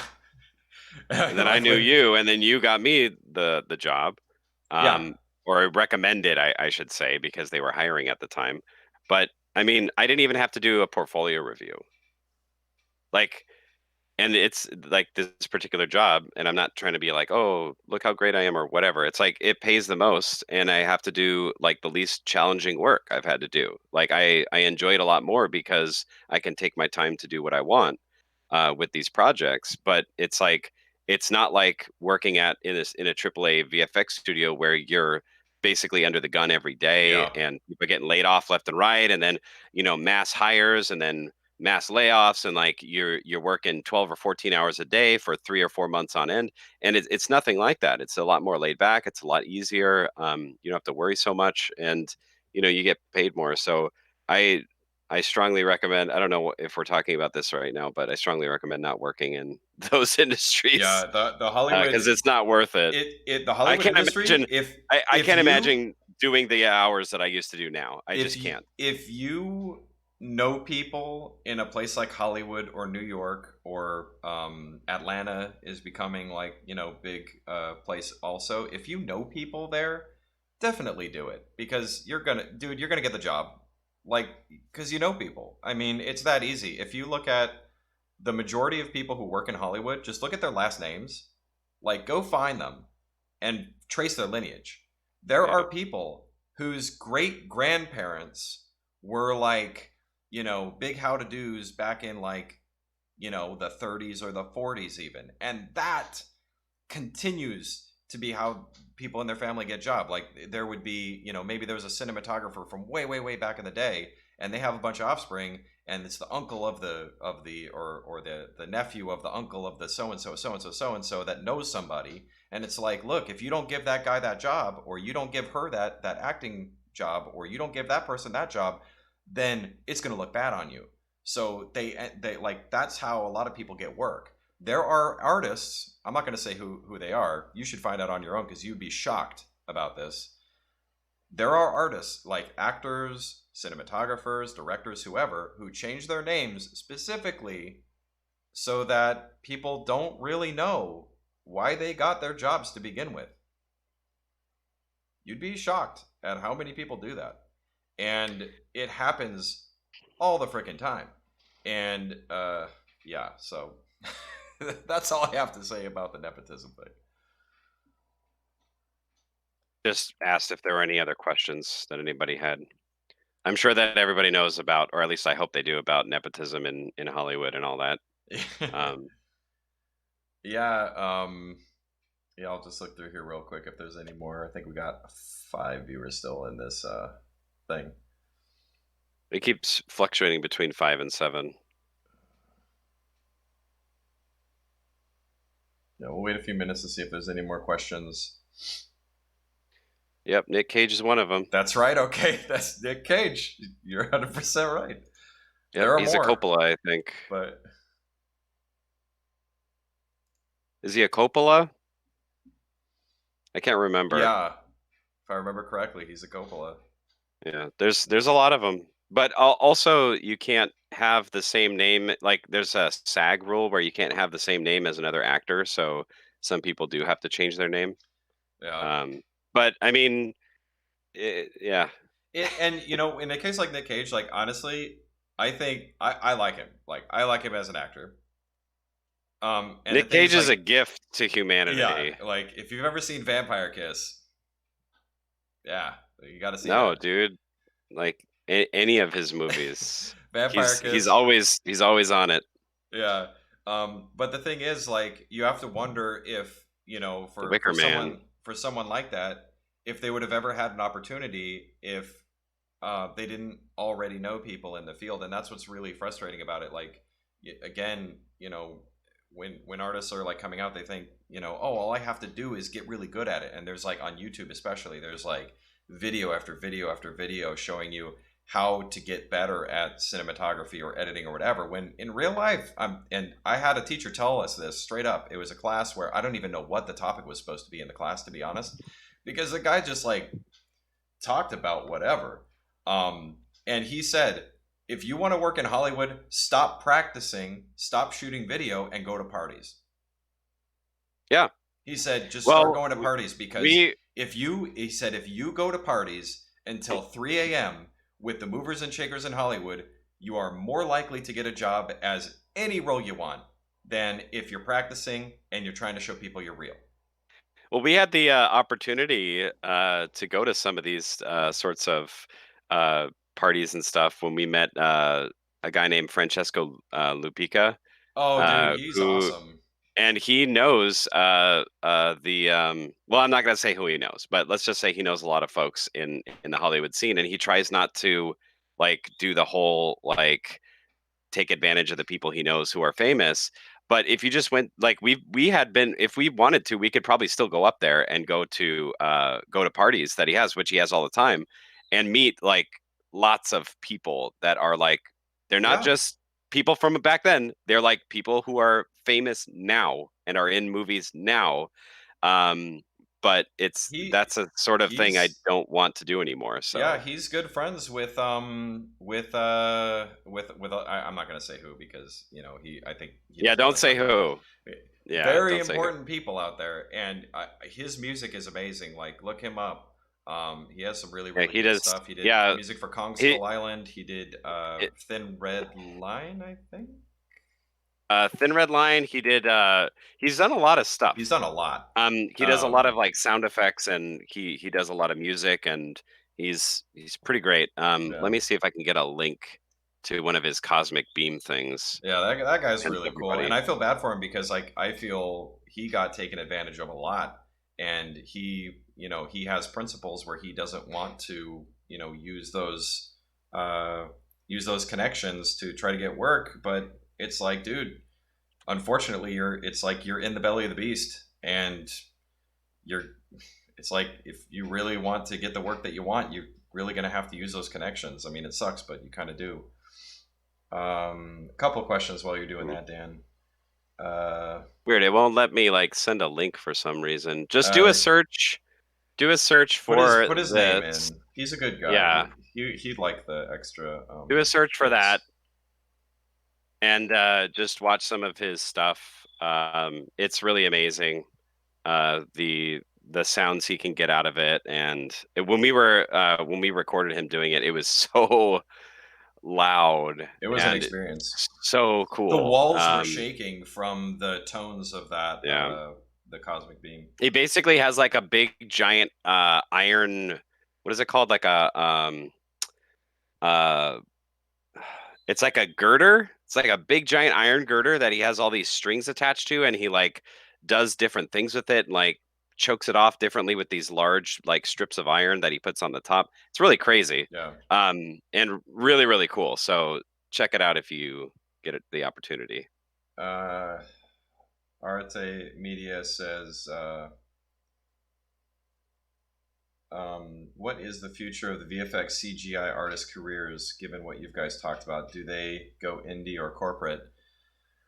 Well, as far as like visual effects and CGI, like the major studios are in what I would call a race to the bottom, and it's because you have a situation where very self-serving studios are kind of gobbling up a lot of the major studios that were making things, and they keep underbidding, underbidding, underbidding, underbidding until they go bankrupt and go out of business. So you end up with only a few studios, and it's likely that those studios are already going to be run and owned by those major companies. So, just as an example, Disney owns a whole bunch of assets as far as companies go with making any kind of production that they ever wanted to. So whatever vendors are going to get the leavings of whatever they make, and a lot of those big companies, they just can't afford to stay open because they in order to stay in business, you have to get work. So if the only people in town are going to expect you to only charge the very very basement price for something, you either had better be really really really top of your game, good at what you do, and you have good people making good contracts, and again, knowing the heads of companies that are going to be handing out the work, or you're going to have a really hard time. I would say that the majority of the VFX companies are going to really be in hot water in the future. So, Well, here's an example of what happens with visual effects companies. 3D conversion at around 2009 or 2009, 2010, there were probably, I would say, somewhere close to 100 that were doing 3D VFX conversions for like not like 3D objects inside of a CGI movie. I'm talking about like you have to wear the stereo glasses when you go in. It was like a booming market back in 2009 and 2010. And in 5 years, it went from roughly close to, I think it was around 100 mid to larger studios to three. So, and then those three were suing each other because that's how they got rid of the other ones, besides underbidding and using their connections to get projects. One of them, I know for a fact, a movie, the Star Trek Into Darkness, I think it was done for $0. The conversion was done for free in order to get the project, and okay. I think I remember one of them being done for $0. I couldn't remember the movie. I I guess you believe might be it was right. Star Trek. I believe it was Star Trek, but it was either that or Star Wars, and I don't think it was Star Wars. I But don't think it was they Star did it Wars. for $0, and it was so that they could get the project and hopefully in the future get more. So you can't go any further than zero when you're Hmm. trying to underbid. And what basically happened at that point, also, besides the underbidding, was lawsuits to basically sue other companies into non-existence. Yeah, suing And them into poverty. they would use the same methods that other larger corporations will use, where they will try to sue based on no grounds whatsoever, but because they force a smaller company to go to court and with litigation, they can't It costs too afford. much, so you end up just Right. They can't yeah. afford to keep it going, so they end up going defunct. So, and the funny thing about all this is basically every single company uses the exact same way for 3D conversion. It's just portrayed just a little bit differently in the software. So, how you can actually own any of that for an IP is ridiculous because there's really only one way to do 3D conversion, and nobody has really a patent on the idea of taking a 2D image, folding it into pieces, and then compositing the background. Like you can't really own that. Yeah. So now you basically have, I think it's Stereo D, Legend 3D, and Prime Focus, Yeah. which are the three top companies. And I I think think that's pretty much it. wasn't it So Prime Focus is owned by what's that conglomerate? Uh Deluxe, no, I thought it was or is owned that no, by Stereo D? Stereo D is owned by like Deluxe Technicolor or something like that. it's They're like a subsidiary. the Indian company, right? That I'm thinking Oh, what's the name of it? Reliant, Yeah, Reliance. Reliance. Don't they own Prime Focus? I don't know. Because if I remember correctly, Possible. there was something And going on. Reliance is the big like I think it's a like electrical and They like it's own just like a huge corporation in yeah. India. The big So thing about that though was the was it isn't that like the company owned by the guy who owns a big tower and it's vacant because he thinks it's haunted?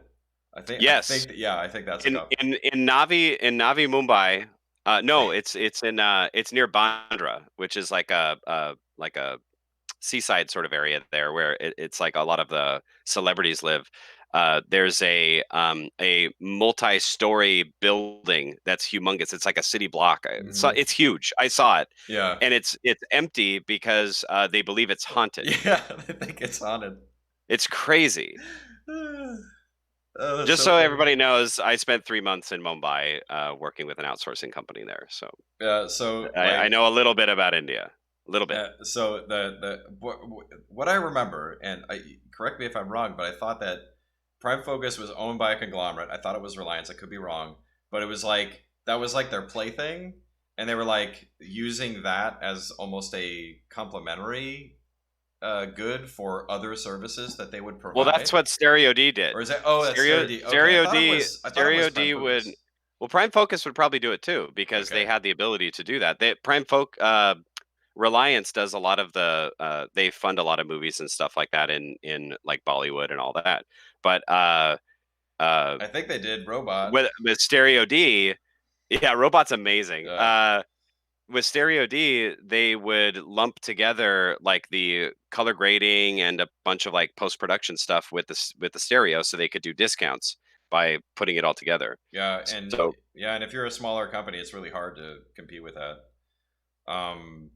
Yeah, so I guess if there's it's gonna go another question indie, there.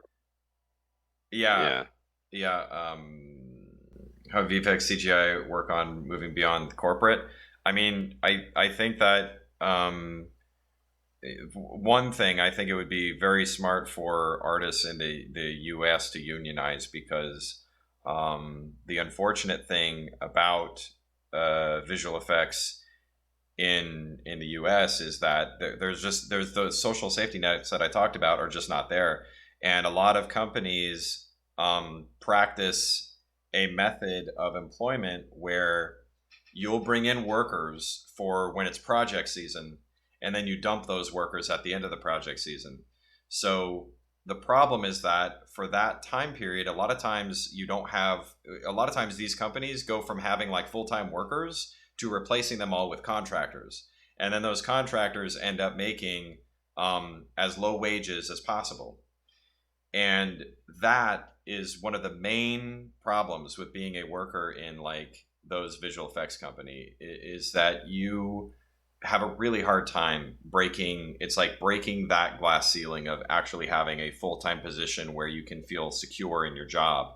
And because there's no union of people to fight together against those low wages and replacement like they do, you end up where you don't really have any power over negotiation. Like if it's like for every one person that says I'm not going to work for the lowest rate, there's like 10 other people in line to take the lowest rate. Well, So it's also more than that because even if there were unionizing in the United States, you still have a bunch of countries who have workers who work remotely, and they will compete for the same work as, let's say, the Union of Artists. So it's also just general knowledge to the public. Like when you watch a movie and you see that list of artists on the in the credits. That's not even all of them. Yeah, a I lot mean, of them are not there's even a lot of credited. I didn't get credits for stuff that I worked on, Me neither. and people in India and we had people in India working on those projects, and they surely didn't get credits There because I were didn't get a credit as a lead or a senior artist when for I was every working on stuff. project So for every project that you and I worked on, there were hundreds, if not thousands, of people in India that did not receive credits. People doing like, just in case you don't know, um, when you're doing anything with compositing and visual effects in major motion pictures, there's a, like, not even a village of people. It's like a city of people working on those films. yeah, And the artists that do get credit, sometimes sometimes people who do get credit on a movie, they've done almost nothing. Like they might be, a PA. a PA, because like having that production assistant title, if you're in a particular department, doesn't matter if you did 1 hour or a million. If you have those titles in specific departments and you're in a union, especially, you'll get those credits. You'll get Oh that. yeah, we had a But person who worked on a project for 2 weeks, and they got a PA credit. yep, And then all the artists who worked on it for like 6 months, there was like yep. maybe 5 or 10 who got a credit. Yep. And for a lot of the work that we did, there were like, we were doing specific jobs, and there were like teams of hundreds of people for each project doing one particular job, doing one part of the process. And then there were other people doing rotoscoping and doing background removals and doing stuff like that that were not credited either. And those are hundreds, again, if not thousands, of workers that did not even receive credits for all that work that they did. And I mean, Yeah. it's like if you're getting paid almost nothing in wages, the least you could get is a credit, because it really does not cost that much money to put that credit on there. I mean, they're not even using film anymore, uh, you know, but they're not I, going to do that. yeah, I'd like to comment on OK's question about Fiverr and things like that. So I said the short answer, yes, it affects VFX work, or just art in general. I mean, anything that is a way that cheapens the work hurts everybody else and even yourself. If everybody decided to get proper wages for what they did, then we would have a completely different situation with how artists are, treated and what happens. Arguably, the most important thing that's in advertising and movies and stuff like that is the artwork that goes into it. I mean, what's the most famous thing about The Thing that people remember from John Carpenter's The Thing from the 80s? It's the visual effects work or the special effects work that were done by artists. Not so In much the writing, it's not so much the today, directing, it's the special effects that were done by but artists. even So, today, even today, oh sure, the Marvel movies and all that, they are not even movies without the artists working on them. right. And that And includes, and our yeah, artist can be the person behind the camera. It could be, the people doing the matte paintings. It could be the people doing the set decorating. It doesn't matter. The people who craft the film are the artists, in my opinion. And it shouldn't just be the visuals, as far as like, a person who's literally just a sculptor, but every part that goes into it. There's a lot of artists' work that goes into these projects, and mhm. it's a shame that things like Fiverr and stuff like that exist, because where people say, "Oh, well, it's a great way to get like a quick job." $5 does not even pay for me to open a program and like export something quickly. So, like, I would not even want to get paid $5 for opening up something from Getty, resizing it, exporting it, and then emailing it to somebody, because the amount of work that goes into receiving the money, doing the project, all this sort of stuff, it's not worth it. I've seen projects where it's like doing product where they put a product on a cup and stuff like that, where it's like $10, $12, and like you can't make a living off of that. Even in other countries, like that's barely making a living off of doing that, because Yeah, the cost of the programs you need, the computer, like the paying taxes, everything else that's involved in it, unless you're doing it all under the table and not paying your taxes, which I strongly don't recommend, and would say if you're a especially U.S. citizen, please pay your taxes. Um, but it's like like I don't understand why people do it, except for that they don't understand the damage they're doing to the community of artists. Yeah, I was just listening to a stream by another YouTuber the other day that was saying, "Oh, if you know people through Fiverr where you get good work and they could like edit all your work for you, like if you own like a production company and you use Fiverr and just, outsource all your work, you know, and you can make a profit, just do it that way." And I was just thinking, like editing is not something that should be paid bottom dollar for. It's not an easy thing to do and to do right. And the people who are charging like those bargain basement prices, I don't see how they could be having a decent quality of life. Like I just don't see it. Like, um, so especially some of the work that I see out of like some of these Fiverr people, like they I think they charge a little more than $5, but it's like they charge what I would never charge. It's just way too little. Yeah, And it makes you wonder like what kind of situation that they'd have to be in to make it like that. And not only that, but if you're going through something like Fiverr, what a lot of people don't think about is the propriety of the work that you're doing. I mean, there's some things that I would never want to send like to some random person getting paid $0. Like that's my content. Who knows if they're taking that content, repackaging it, and selling it to somebody else? Like, how would you know? It that's a depends. really good point. I mean, how would you know that they're not just going to take the thing that you just paid for Basically and go sell it? subcontracting a yeah, You basically know, subcontracting a $500 job for 50 bucks. how do you know? It's just not the kind of thing that I think is really if you're an artist and you're using Yes, something like it that. is And damaging. yeah, it is. It damages everything. It's kind of like when people are doing photography. One of the reasons why the photography field is dying, like it's really struggling, is because of things like Unsplash, and some other kinds of websites that have come up where people just like even just donate for free. They'll do like this great artwork, donate it, and it's like, okay, you just gave a magazine that makes millions of dollars every year a free image to use on the cover of their magazine. You've just killed a market for people who are artists because you wanted to go have fun. And it's like, I get it that people want their art to be seen, and it's like, oh look, I have my art, it was seen by someone, or I got paid $5 for this piece of art that I spent 20 hours on. I feel good because my thing got used. Well, that's all nice and that's great, but at the same time there's a lot of professionals that their jobs getting killed because of that. And it may be fun for you, and you may not have to pay rent or pay a mortgage, but there's other people working in that field that do, and it kind of sucks if you're killing that market when you don't really want to even belong in it. That's kind of how I feel about that. So we have a question here. It says, "But isn't corporate exploiting the new technologies another means to extract more artist value? How to get around that?" So, yes, new technologies and things like just an example, GPUs and CPUs. The technology is getting crazy right now with how much they're able to do. Exploiting the new technologies to extract more artist value. Yeah, that's part of it. And how to get around that, that's a really good question.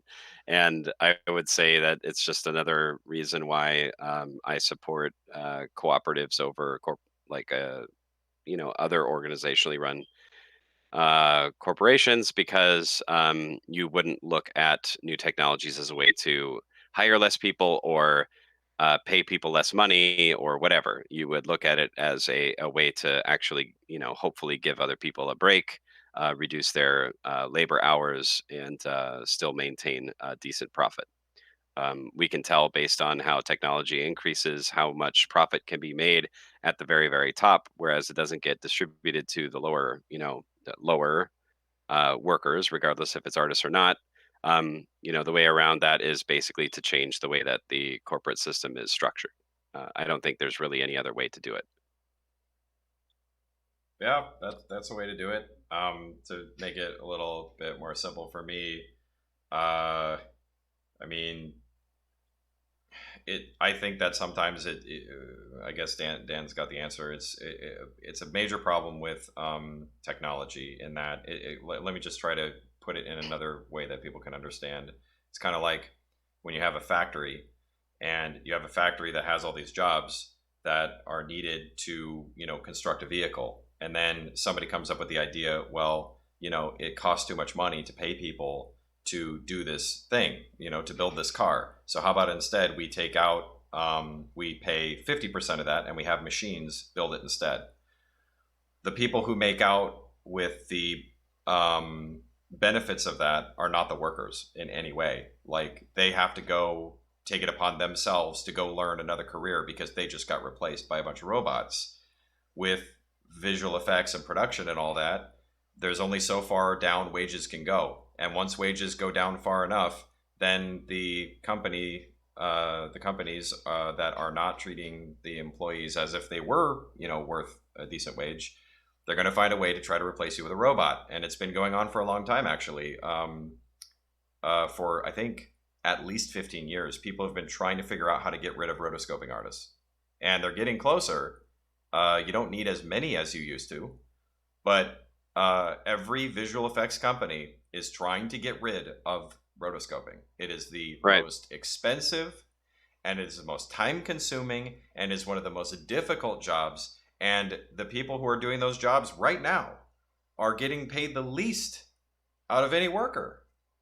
They're getting paid the least wages. People who are working in Canada or the US or in New Zealand, I think New Zealand's the one with Weta, right? Am I right, Dan? Weta is in New Zealand? Yes. Yeah, so if you're working in those places, you're probably getting paid a decent wage, but a lot of those really annoying, time-consuming, difficult rotoscoping jobs where it's basically like your whole day is moving points around. I mean, following a hairline. I mean, Yeah, they imagine that for your basically whole follow. job. Yeah, like whenever people So, go like, "Oh, look how easy this is to do like a green screen replacement." That's not really everything that's done in these big AAA films. Like there is often somebody who is basically using Bezier curves around, somebody's head for flyaway hairs and stuff like mhm. that um, Yeah, throughout a so project, and it's very time consuming. once the technology gets to a point where you can just replace these workers with robots, that's probably what they're going to do, and those workers will be gone. So it's really difficult. I mean, I can't predict the future, but that's kind of why I'm a really big proponent of kind of learning how to do multiple things, because if you only specialize in one thing and that gets replaced, well, then your job's gone. For photography, used to be where you needed a dark room and you needed all those kinds of skills, and now you don't. So Yeah. it used to be that you really needed to understand how to do exposure. And now Well, with the way that auto exposure works, and how easy to use cameras have become, photography is a lot easier now. You can well, make a lot to more mistakes without having to be stuck with them. to answer some of the stuff that's going on in the chat, or to sort of like look at it a little bit. So let's see. Who decides one's value? So yeah, I mean there. I'm just going to be frank. There are a lot of books about labor value and all that kind of stuff, and I don't know if this is really the best place to go into that in detail. But to have a general response to what's happening in the chat, um, first, corporations generally want to maximize profit. So people who are working at these places have to always keep that in their mind wherever they're working. Um, they that's kind of the motive is profits. So if they're going to find a way to get rid of capital, human capital, to save money and maximize profit, then they probably will do that. Um, Very rarely will they do the other. Whether or not somebody has a specific numerical value, basically it's whatever anybody is willing to pay for whatever it is that they're doing. So Yeah, there's that's a belief that's that what it you is. can there's a belief that you can make your own value. That's not really a thing. It's whatever somebody's willing to pay you for those jobs. I could say that my value is $1,000 an hour. Well, if no one's going to pay me $1,000 an hour, is that really my value? Like, probably not. Yeah. I kind of look at it like your value is kind of like a baseball card. How valuable is it? Whatever somebody's willing to pay for it. There might Yeah. be somebody willing to pay, $2 for it because they like baseball cards, but not that much. Somebody willing to throw it in the trash because they don't collect baseball cards. Somebody else is like, oh my God, that's the only card I don't have in my collection. I'll give you $1,000 for it. So, Or and they're if, desperate and they need somebody who can do something in a short period of time, and you're the only yep, person they know. yep. There's all So, sorts of reasons for like prices to change and your mhm. labor value percentage to be different.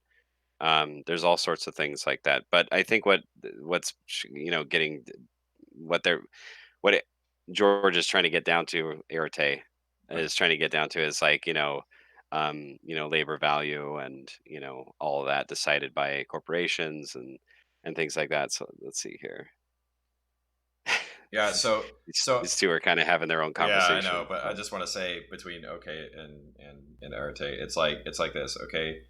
Um, uh, yes, you got to know what like your worth is, but really, like at the end of the day, I got to be honest, like whatever your idea of what your value is, it's only really going to be that realistically if someone's willing to pay it. I think that's what Right. kind of the point is. They're Like they're gonna make a profit off of your work, so therefore you're not gonna get paid what you're worth. you will never get paid what you're worth. I think that's the most important thing.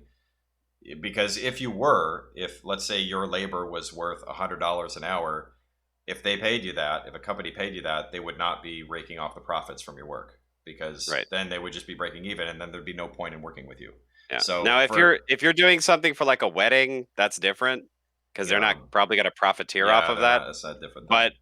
But if it's something like you're doing a marketing video or you're doing, something for a corporation that they're going to use, chances are they're trying to get profits out of whatever it is that you're doing. Yeah, So because of the fact that there's extra value that you're not getting paid for, but you're doing all the work, that means that you're being, in certain terms, exploited for your labor because you are not getting the full um, value of what you're creating. yeah, And when they make to that profit, they don't give the profit back to you. If it makes $100, $1 million, $10 million, you're not going to get anything else other than what you were paid. yeah, and to kind of bring it full circle on that, because we were talking about like that companies were screwing people over for their promised wages or their promised salary for art that they were doing.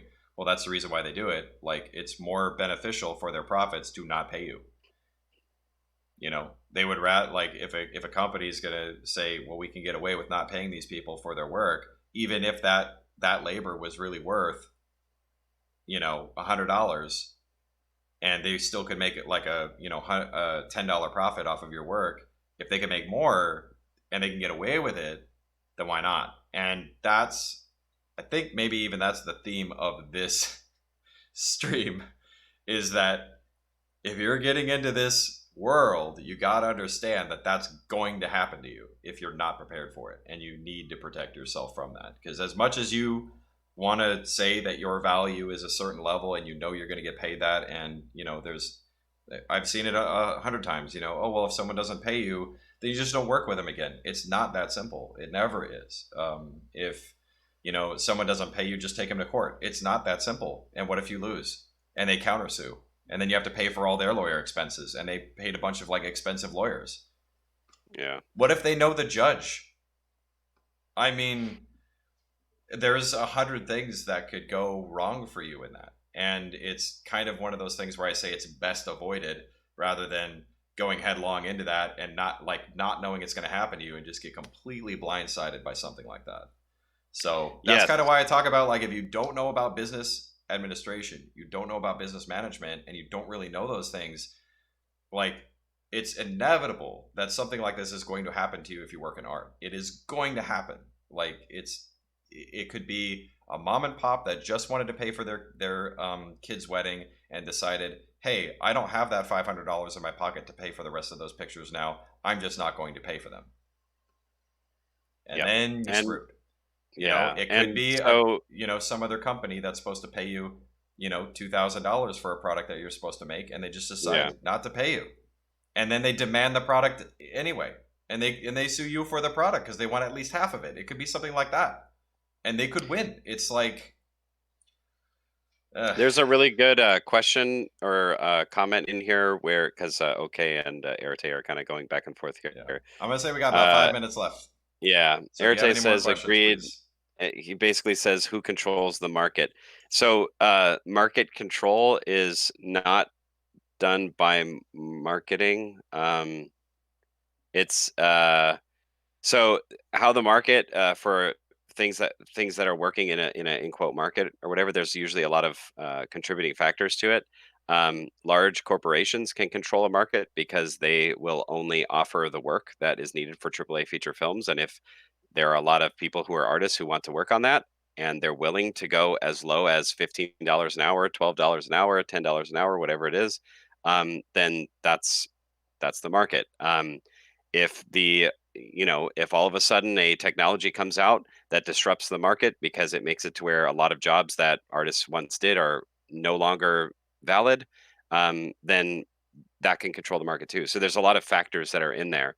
But as far as like the pay and the base pay that artists are willing to do for the amount of work that's required, it depends on situations. For example, OK said, I will work on something if it's basically worth it for me to work on it. Yeah, well, that is situational. If you live in Brazil, you might be willing to take 250 an hour versus 20 or 49, which is what I take per hour. So it completely varies. So because we live basically in a world economy and we're talking about visual effects work, it's very hard to say who specifically controls the market and like what the actual value of something is, because you're not just talking about the United States, you're not just talking about California, Hmm. you're also talking about China, you're talking about India, you're talking about Taiwan. There's many different factors. Canada, they were at one point giving 60% of the Yeah. amount of pay for a laborer doing VFX work were paid through taxes from the state and the cities. So there's a lot that goes into this whole thing on market economics and who controls what the base price for an artist would be and all that kind of stuff, which is why, in my opinion, in general, what you want to do is support the idea of cooperative workplace so that the control of the prices that your company is charging and the amount of money that artists are making and what's happening with the industry is controlled more through um, the co-op rather than a top-down hierarchical structure. So Yeah, I mean, that's definitely, I think, one way to approach it. I think it's a very difficult situation because um, there's just a lot of factors at play, and especially if you're somebody who wants to strike it out on your own and have your own business and that kind of thing, it kind of throws a whole monkey wrench into the whole, trying to cooperate kind of thing. But then you kind of rely on the rules that are available and the laws that are available where you are. And some places have better rules as far as being a gig worker than others. Some are yeah, really difficult to be a worker in a gig economy. So I some of the conversation that's going back and forth in there. I know Arate. I know him personally, and he's very, very well learned in business, economics, and technology, and has a lot of knowledge when it comes to this kind of stuff. And that's why he asks the questions that he does and does what he does, is because he is very, very well learned in a lot of fields. So I do appreciate his commentary and his questions as along with yours. Okay.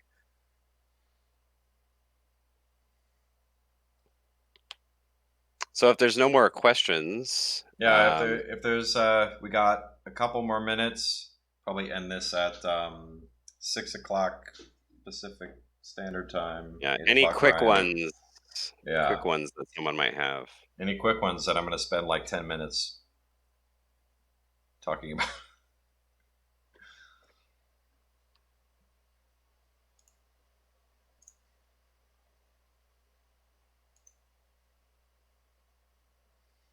Okay. We'll just there. It has to catch up. Oh, okay.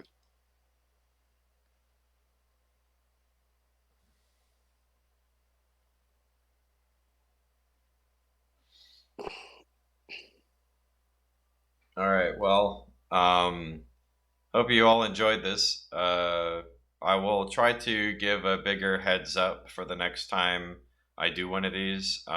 May or may not have Dan on for the next one. Um, got any plan to go out? You mean in case because COVID-19? Absolutely not. I'm staying home as much as I can. Um, not going out of the house whenever possible.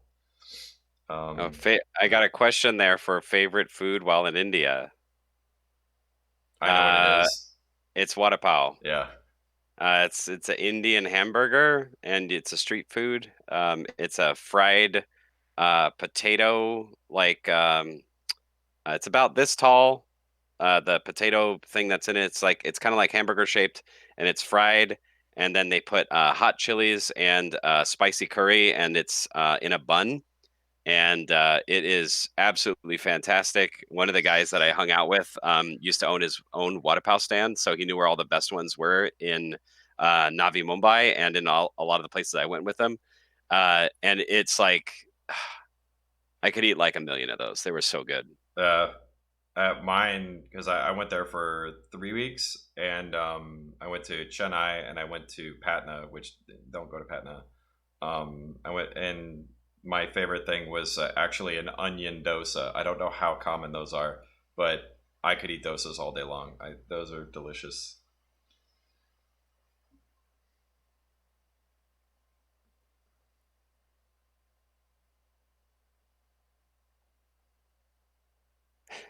Eh, I don't think Yeah, zinc and vitamin C are going to keep me from having a respiratory illness, but I appreciate the sentiment. Um, I actually think that my wife and I had it already in January because we had a virus that was like flu symptoms, fever, headaches, chills. We didn't. The respiratory thing is only it's in some cases. It's not in oh, all okay. cases, and I think we might have had a mild version of it because the actual COVID has been around for a lot longer than people think, and Oh, yeah, and it I can was actually visiting you incubate. then, dude. It can incubate for I think it was something like up to 27 days or something. It can incubate before it actually you start to see the symptoms. So it's crazy. Yeah, But don't if you can, don't go outside. That's all I'm gonna say. I'm not a medical expert. Just COVID-19. yeah, it's serious. We know people who've had family members. Actually, one of ours died of it. One of our great aunt, I think it was, Yeah, died, and and and the my people my around them are sick from it. So yeah, my doctor's dad, who's a cardiologist in New York, who is working with a lot of patients to try and help, uh, with the situation that's going on there. He is in his 70s, and he got COVID, and he's on a respirator. And they said like basically it's a 50-50 shot if he's going to survive. So it's a serious thing. So try to limit your exposure outside as much as possible, because it yeah. is serious. All right, folks. So well, again, we'll do this again. I thought it was fun. We'll do it again. I'll give a better heads up next time before we do it, so more people can and enjoy. and let him let This guy? that guy know if you want me on here next time. Yeah, I'll do like a follow up thing on my community channel. I don't know if I'm gonna air this because it's gonna be like 2 hours long, and I don't know if I'm gonna put it up on YouTube, but yeah. See ya.